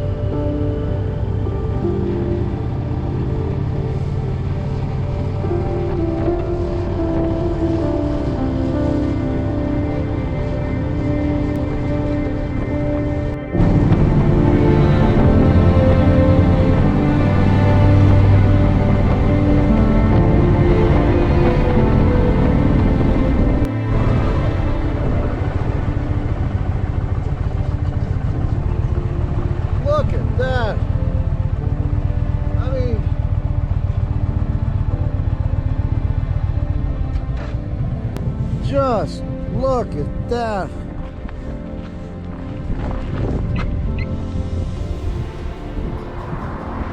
Positively inspiring.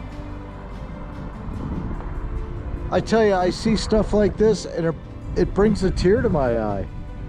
It makes me feel so lucky to be alive and to see things like this. To live in a country where anybody can come see this. Yes, I know there's beautiful mountains all over the world. This is just...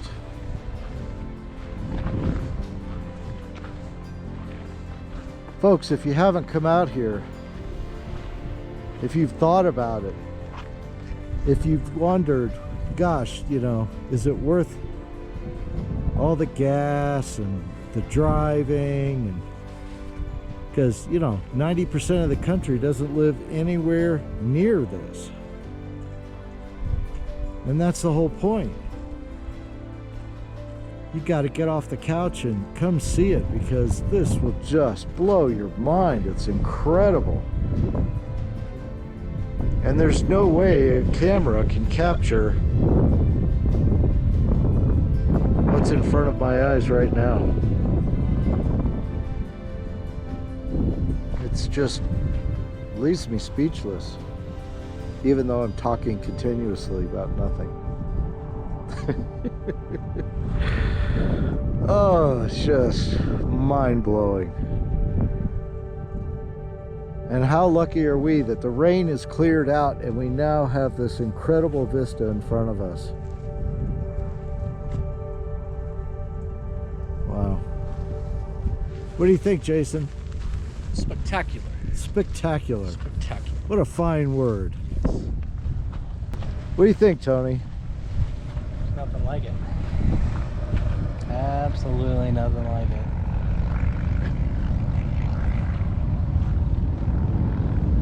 All right. Yes, absolutely. Yeah. Onward and upward? Yep. What are we at, about 9,000 feet almost? We're just over 8,000. Oh, just over 8,000. So we're close to 50 miles from Red Lodge at this point, and it's starting to get late in the afternoon, and we've been on the road since about 6:30 this morning. But we are so happy to get out of the rain, and our spirits are rising as fast as the elevation while the temperatures are falling.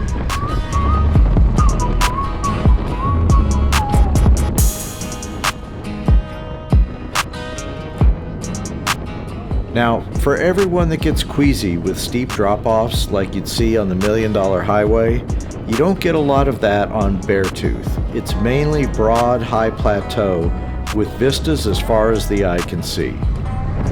This is amazing. What an incredible trip.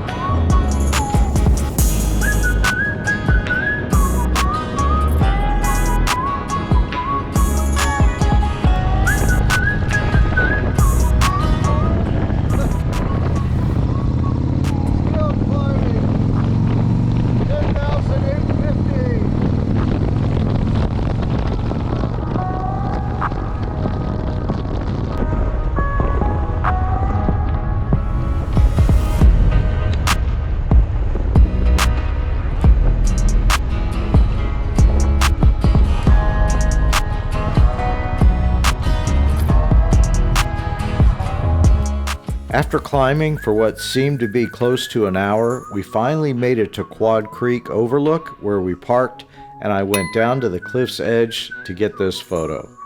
Just stunning.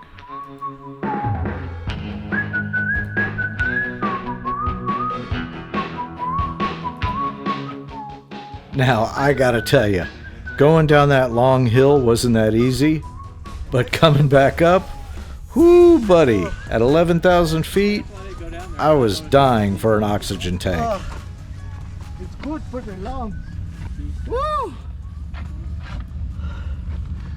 Oh, damn it. I had the camera running, but it wasn't facing the right. If we'd have come earlier, it'd have been raining. Yeah, I know. Good thing I let us on a wild goose chase. Woo! All right. Oh my God. I just walked probably 150 yards downhill, probably 100 feet in elevation, I guess.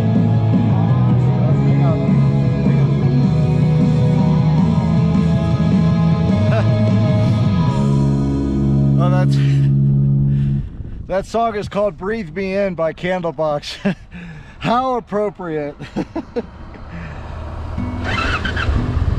Woo! Man. Oh. I feel like $1 million. That was amazing. We are at 10,825 up there. Oh my God, I wish you could see everything I'm seeing. It's just awe-inspiring. Oh my gosh.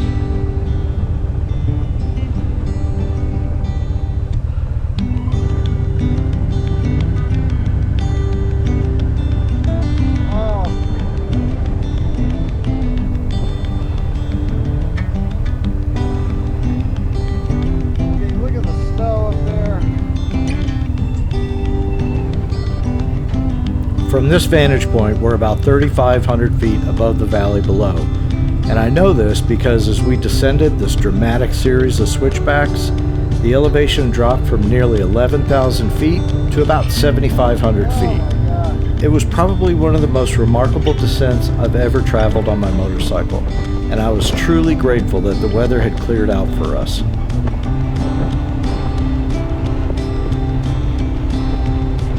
I've never seen anything like this before. This puts Rocky Mountain National Park to shame.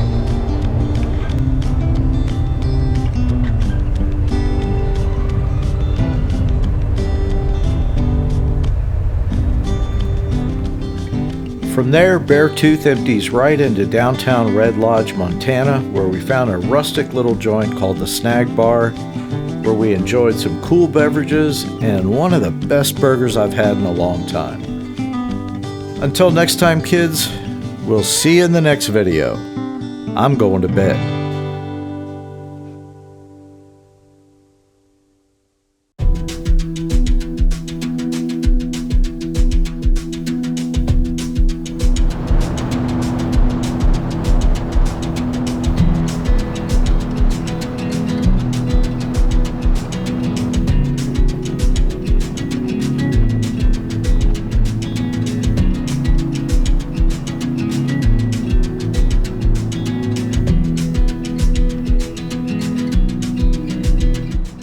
After yesterday's wet but positively uplifting day of riding through Bighorn National Forest and Beartooth Highway, we woke up to cool weather and sunny skies for the final outbound leg of our journey from Bozeman, Montana, all the way up to the Canadian border and Glacier National Park.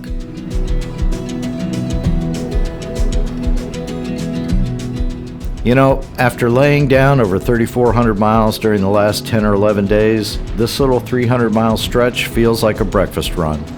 And these three Florida boys are loving every minute of it. Although, honestly, I'm struggling with a tough decision that could affect the other guys, and I'm not sure what I'm going to do about it.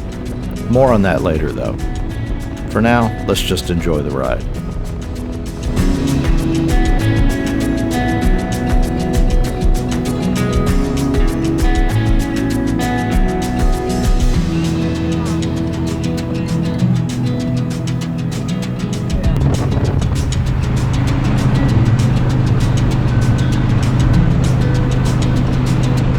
Well, we are headed north on Interstate 15 out of Bozeman, and about 50 miles north of Helena, we hit the sweet little canyon run just out of Wolf Creek, Montana, along the Little Prickly Pear Creek next to the Missouri River. Of course, I mean, that doesn't make any sense, but you just got to go with it.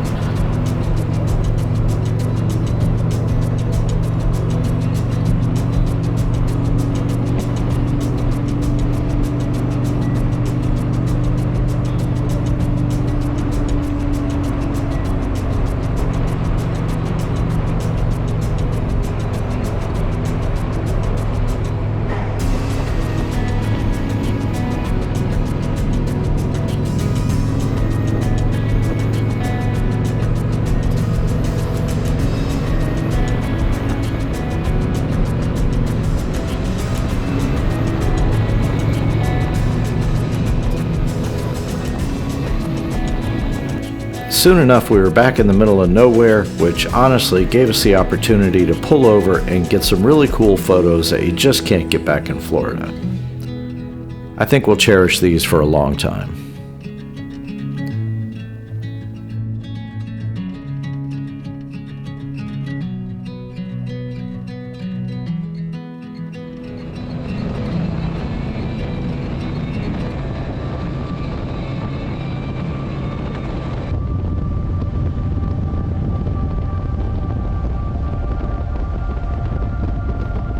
People told us that this part of the ride was going to be boring, that there was nothing to see here, but to me, it was all new to us.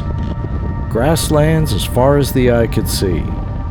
The road rose and fell, revealing a new ridge in the distance, or a barn with a roof painted as a warning to drug addiction. Harvesters were on a seemingly endless task, and there were no Cracker Barrels, Holiday Inns, or year-round fireworks stockpiles. No, sir, this was a treeless wilderness to these kids from Florida, and now we truly understood what people mean when they say that Montana is big sky country.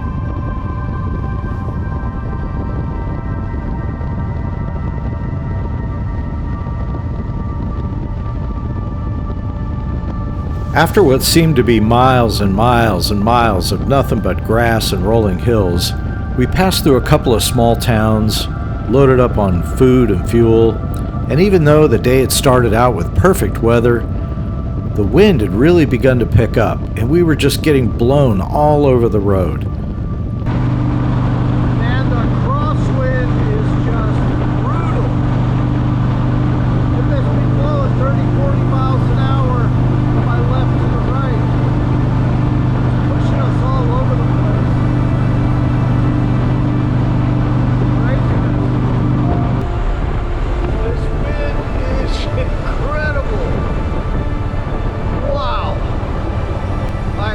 honestly wish it would stop. It's pretty uncomfortable.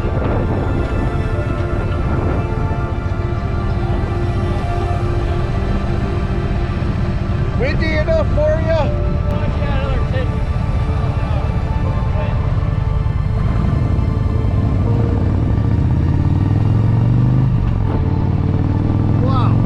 At one fuel stop, we even had to park our bikes with the high side facing the wind because we were afraid the bikes would get blown over.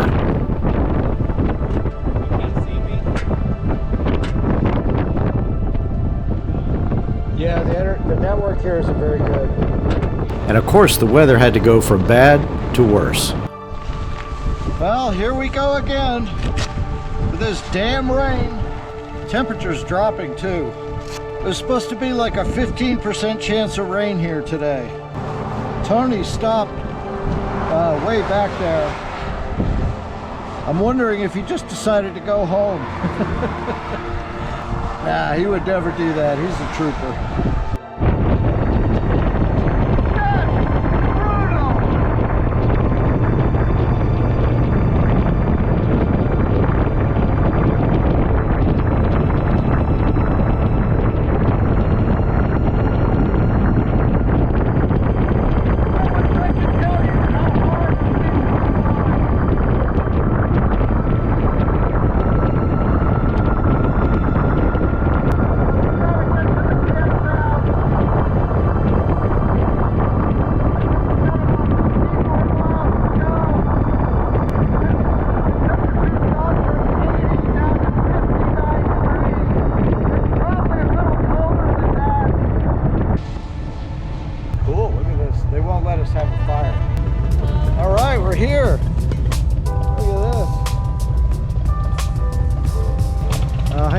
Hang on, I'll help you. We got room over there.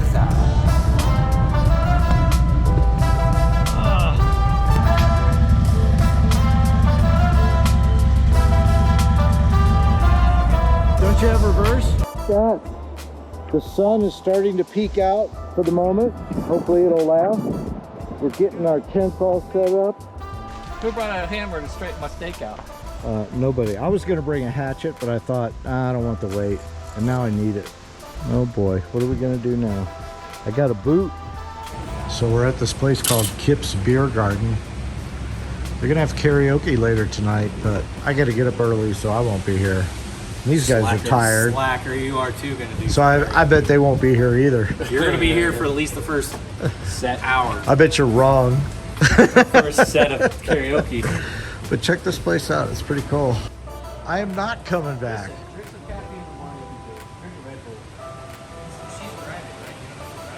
That is correct. She is driving. My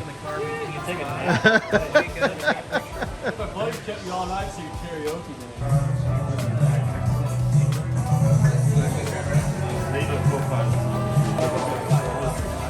Are you guys locals?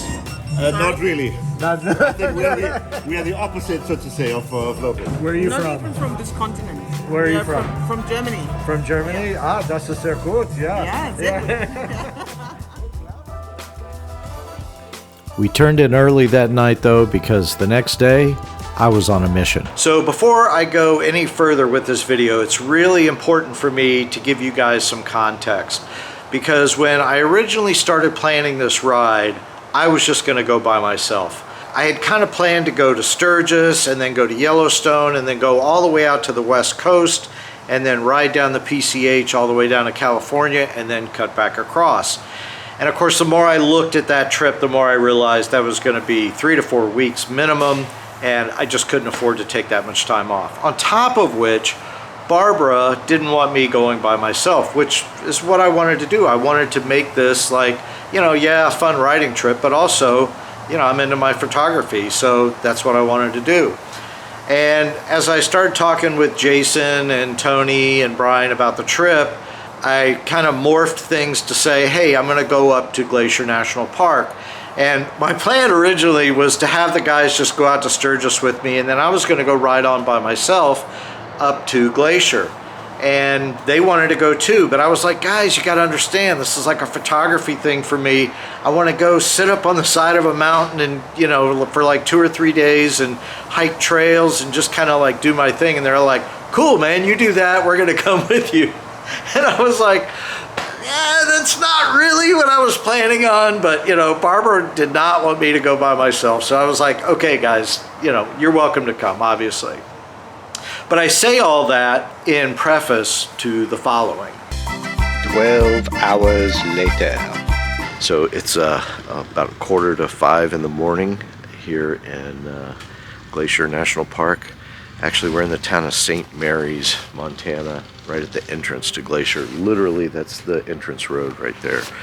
And I'm getting ready to go do a photo tour with this outfit called Glacier Photo Tours. A girl named Sarah is coming to meet me, and she's going to take me all over the park. You always want to do certain things, right? And if you're new to an area, you don't know where to go or what to do. So I hired this outfit to take me around and show me what to do. I think it's going to be really cool. And I'm excited to take you guys with me. So I got to get ready. I got a backpack here, which is not made for photography, but I've got a 200 to 600 lens. I've got a, where's my 28 by 70s in here. At least I hope it is. Yep. So I got to get all my camera bodies rigged up here, and then we'll be ready to go. All right, guys. We'll see you in a little bit. Oh my gosh, we're at our first destination, and it is so windy here. There's like this bridge here. The wind is literally whistling through the railing on the bridge, but look at this, it looks gorgeous. Say hi to Sarah. It is so windy, you cannot believe it. It's crazy, but we're getting some amazing shots. The sun is lighting up the sky. We're getting some nice color, but the images we're getting are looking fantastic. We just gotta make sure the camera doesn't fly into the water. As you can see from the plants over there, we've got a lot of wind blowing me around. All right, I think we're gonna go to a new spot here pretty soon. So many vantage points to hit from, what lake is it? Swift Current Lake. We're in the mini glacier area, and there are so many vantage points, so many shot opportunities, and I'll just show them to you. Check this out. Look at that.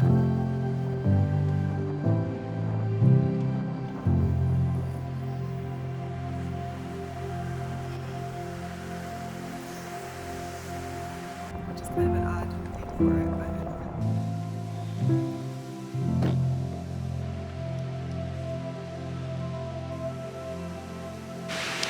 I gotta tell you, I'm exhausted. It's been a long trip.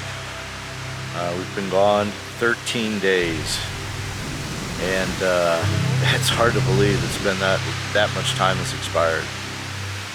And I gotta get back. I don't want to go back. I actually want to stay a couple more days here in Glacier, and I'm really conflicted about leaving with the guys and riding back as far as I can with them, because my plan is to stay at my cousin's house in Springfield, Missouri for a day or two. Just kind of like sleep in a regular bed. But, you know, on the other hand, I want to get home as fast as I can because I miss Barbara, and of course I got work to do. But it's quite the conundrum. You know, we have to make choices in life. We have to make some hard decisions sometimes about what we want to do versus what we need to do. And this is one of those cases where, you know, what I need to do is not what I want to do. And for the last 2 weeks, I've been doing whatever I wanted to do, honestly. You know, between riding and, you know, having a few beers with my friends and not necessarily eating the best, you know, cheeseburgers and chicken wings and stuff like that. Like I told somebody earlier today, not a whole lot of us are sitting around ordering a salad. But that's basically it. I'm kind of conflicted. You know, we came all the way up here to Glacier so we could ride the Going to the Sun Road. And I really don't even have time to do that. And that's why I want to stay another day. Maybe I do it and only stay a half a day, but I kind of feel like I owe the guys, you know, to leave with them when they leave.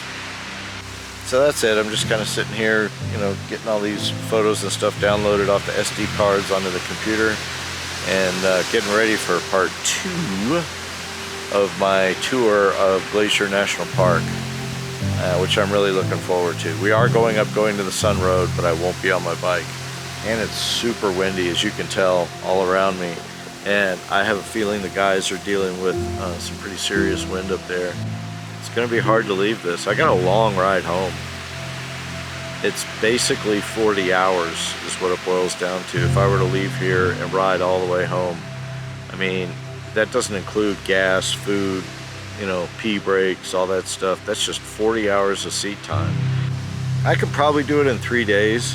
You know, knocking out 14, 15-hour days. But that doesn't sound like that much fun, does it? Oh, decisions. What would you do? Would you go home with your friends, or would you stay up here and ride one more day? Here's what makes it even more difficult, is my photo tour tonight is going to last, and let's see, I meet her at 2:30. We're going to be out shooting until probably 10, which means I won't get back till 10:30, which means I won't get into my tent and settle down till 11:30.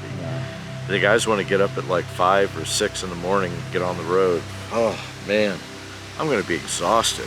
I'm already exhausted. What would you do? If I'm lucky, I'll fall. That'll look great on YouTube.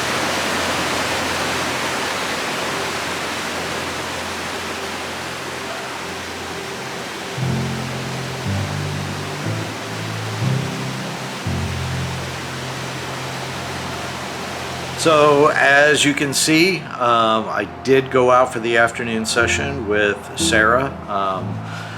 She took me to some great spots. I'll run a couple photos here while I'm talking.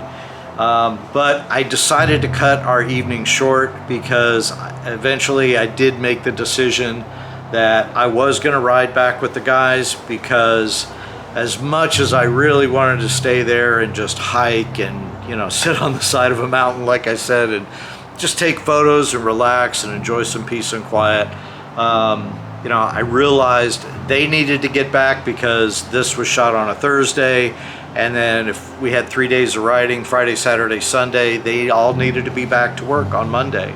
So they had to leave that Friday morning, and I wanted to stay, but I said, you know what, guys, we came together, we're gonna leave together. And I think that was the best thing to do in the long run. So a funny story though, the night before we left, we're all sleeping in our tents, and I hear like some candy bars rustling or whatever. And I'm like, what the hell? You know, it sounded like it was coming from Jason's tent. I'm like, Jason, what are you doing over there? Man, I'm trying to sleep. He's like, I'm not doing anything. I thought it was you. I was like, well, what the heck is it? So I opened up the tent and I look outside, and this is what I see. We had left the trash out overnight. We forgot to put it away, and there was a skunk digging through our trash. And I'm telling you, he was 8 feet from my tent. So I needed to get back to sleep. It was like 2 in the morning or something like that. And we had to get up at like 5, which is first light in the middle of summer when you're up at, you know, the Canadian border. I tried to throw flip-flop at him. I tried to throw shoes at him. You know, I didn't want to hit him and piss him off and have him spray down my tent. Eventually, I just went back to sleep, and I got up and we got on the road. And let me tell you what happened over the next 3 days. I think it was like 2,800 miles to get all the way home. And the very first day, we thought, okay, well, we'll try to make it to Fargo, which was about 900 miles. So we arrived there around 11 o'clock at night, and you know, typical roadside hotels. There's like 5 or 6 hotels right in a cluster, right? And it's North Dakota, so it's not like there's a lot of choices. And every room was booked. And the lady at the hotel said that Def Leppard and Journey had just played that night in Fargo. So every hotel for like 50 miles was booked. And so we had to keep riding because we were heading towards Fargo. So we either had to go back the way that we came because there were no hotels that we saw, or go past Fargo. So we rode till, gosh, it must have been 1:30, 2 o'clock in the morning. Absolutely brutal ride. Thank God the weather was perfect the entire time. We did hit this part in northern Montana going across where it was just, I don't know, maybe 100 miles of these grasshoppers and bugs, and our bikes were positively covered with them. We were covered, the bikes were covered. I literally 2 years later, I am still picking bugs out of my bike, even though I've washed it, I don't know, a dozen times. But we finally made it to a hotel, got in at like 2 in the morning, whatever, crashed, woke up at 6:30 the next day, and then rode from wherever we were just south of Fargo all the way down to Nashville. That was a long day, but the same thing, beautiful weather, man. We had temperatures in the 80s at the most, and it was absolutely gorgeous. And then the third day we woke up and rode all the rest of the way home down to Orlando. And when we got home, it had been brutally hot in the hundreds, you know, 105, 110, according to my wife. And I gotta tell you, that last 2 hours, it was draining. We were exhausted. We went into a convenience store and just stood in the beer cooler for, I don't know, maybe a half hour or 45 minutes, somewhere out of Gainesville or something like that. Super tough. But you know what?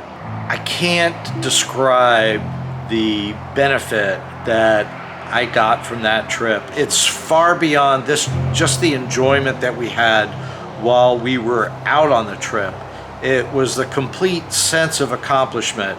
And you know, there's quite a bit of bragging rights, you know, riding, I don't know, close to 8,000 miles over the course of 17 days. There's some satisfaction that goes along with that, and we certainly felt it. And we certainly felt it, you know, in the camaraderie we had with our friends. And like I said earlier, just a few minutes ago, doing whatever we wanted to do when we wanted to do it, it was totally worth it. So if you've made it this far, thank you so much for watching. I'm sorry it took me so long to finish this video. It's so much of a journey, not just the ride, but me putting this video together, taking 2 years to get this thing put out. It's been a challenge. I've lost a lot of video, which is why I have taken so long to put this out, because there are things that I wanted to show and say that I can't. So there's a lot of regrets in making a project like this, but there's so much internal satisfaction. I realize some of this may seem a bit indulgent to you guys because I'm talking about the things that I want to talk about and presenting to you the things that are important to me. I know you guys aren't into photography, maybe a couple of you are, but if you made it this far, kudos to you, man. I really appreciate it. I appreciate everything you guys have done for our channel over the years. So anyway, thanks for watching, guys. I really appreciate it. 2 Indians, peace and love to you all. Be good. I'm out.